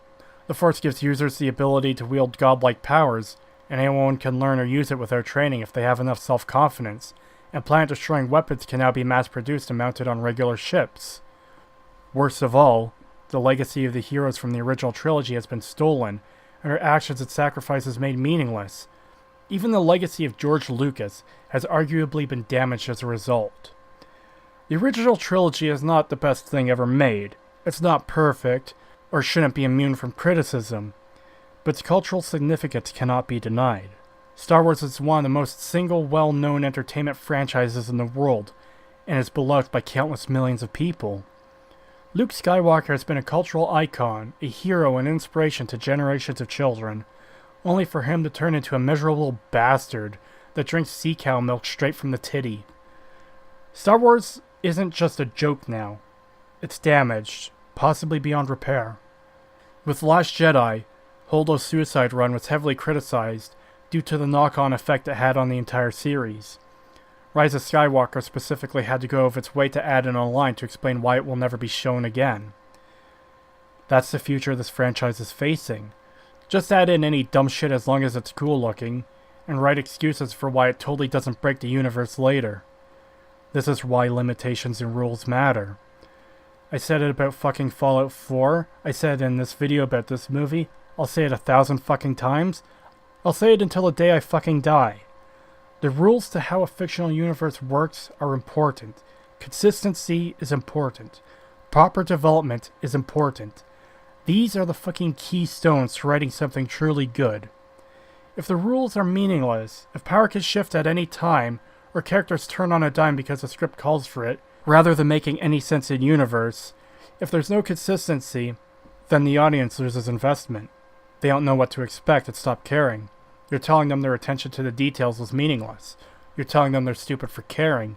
You're telling them their overall investment was a waste of time, because you think they're stupid, or don't respect them or the source material enough to write anything that makes any kind of logical and cohesive sense. It's just a bunch of pretty flashing lights on a screen, so ooh and fucking odd at you fucking proles. Buy our merchandise and don't think about it. Don't ask questions. Just consume product and then get excited for next products. I had hope for this trilogy at one point. I even thought it might be salvageable after The Force Awakens. But that hope quickly died, alongside any hope of this franchise ever being good again. It's now impossible to make a new Star Wars movie without conflicting some stupid bullshit that was established in this trilogy. The timeline is damaged beyond repair. Fixing this franchise now requires the retconning of this entire trilogy, and it ends in a film called Rise of Skywalker, in which the last of the Skywalkers die, and has her name and legacy stolen by the very epitome of a Mary Sue. And despite everything I've said here, I'm sure there's plenty of things I've missed. There's just so much wrong with this movie that you could probably comb through it for years and still find more issues. But I'm done here. For anyone that has stuck around this long, thank you for watching. And I mean, I guess thank you to everyone else as well, even though you won't see this message if you stopped watching before the end. Ah, fuck it.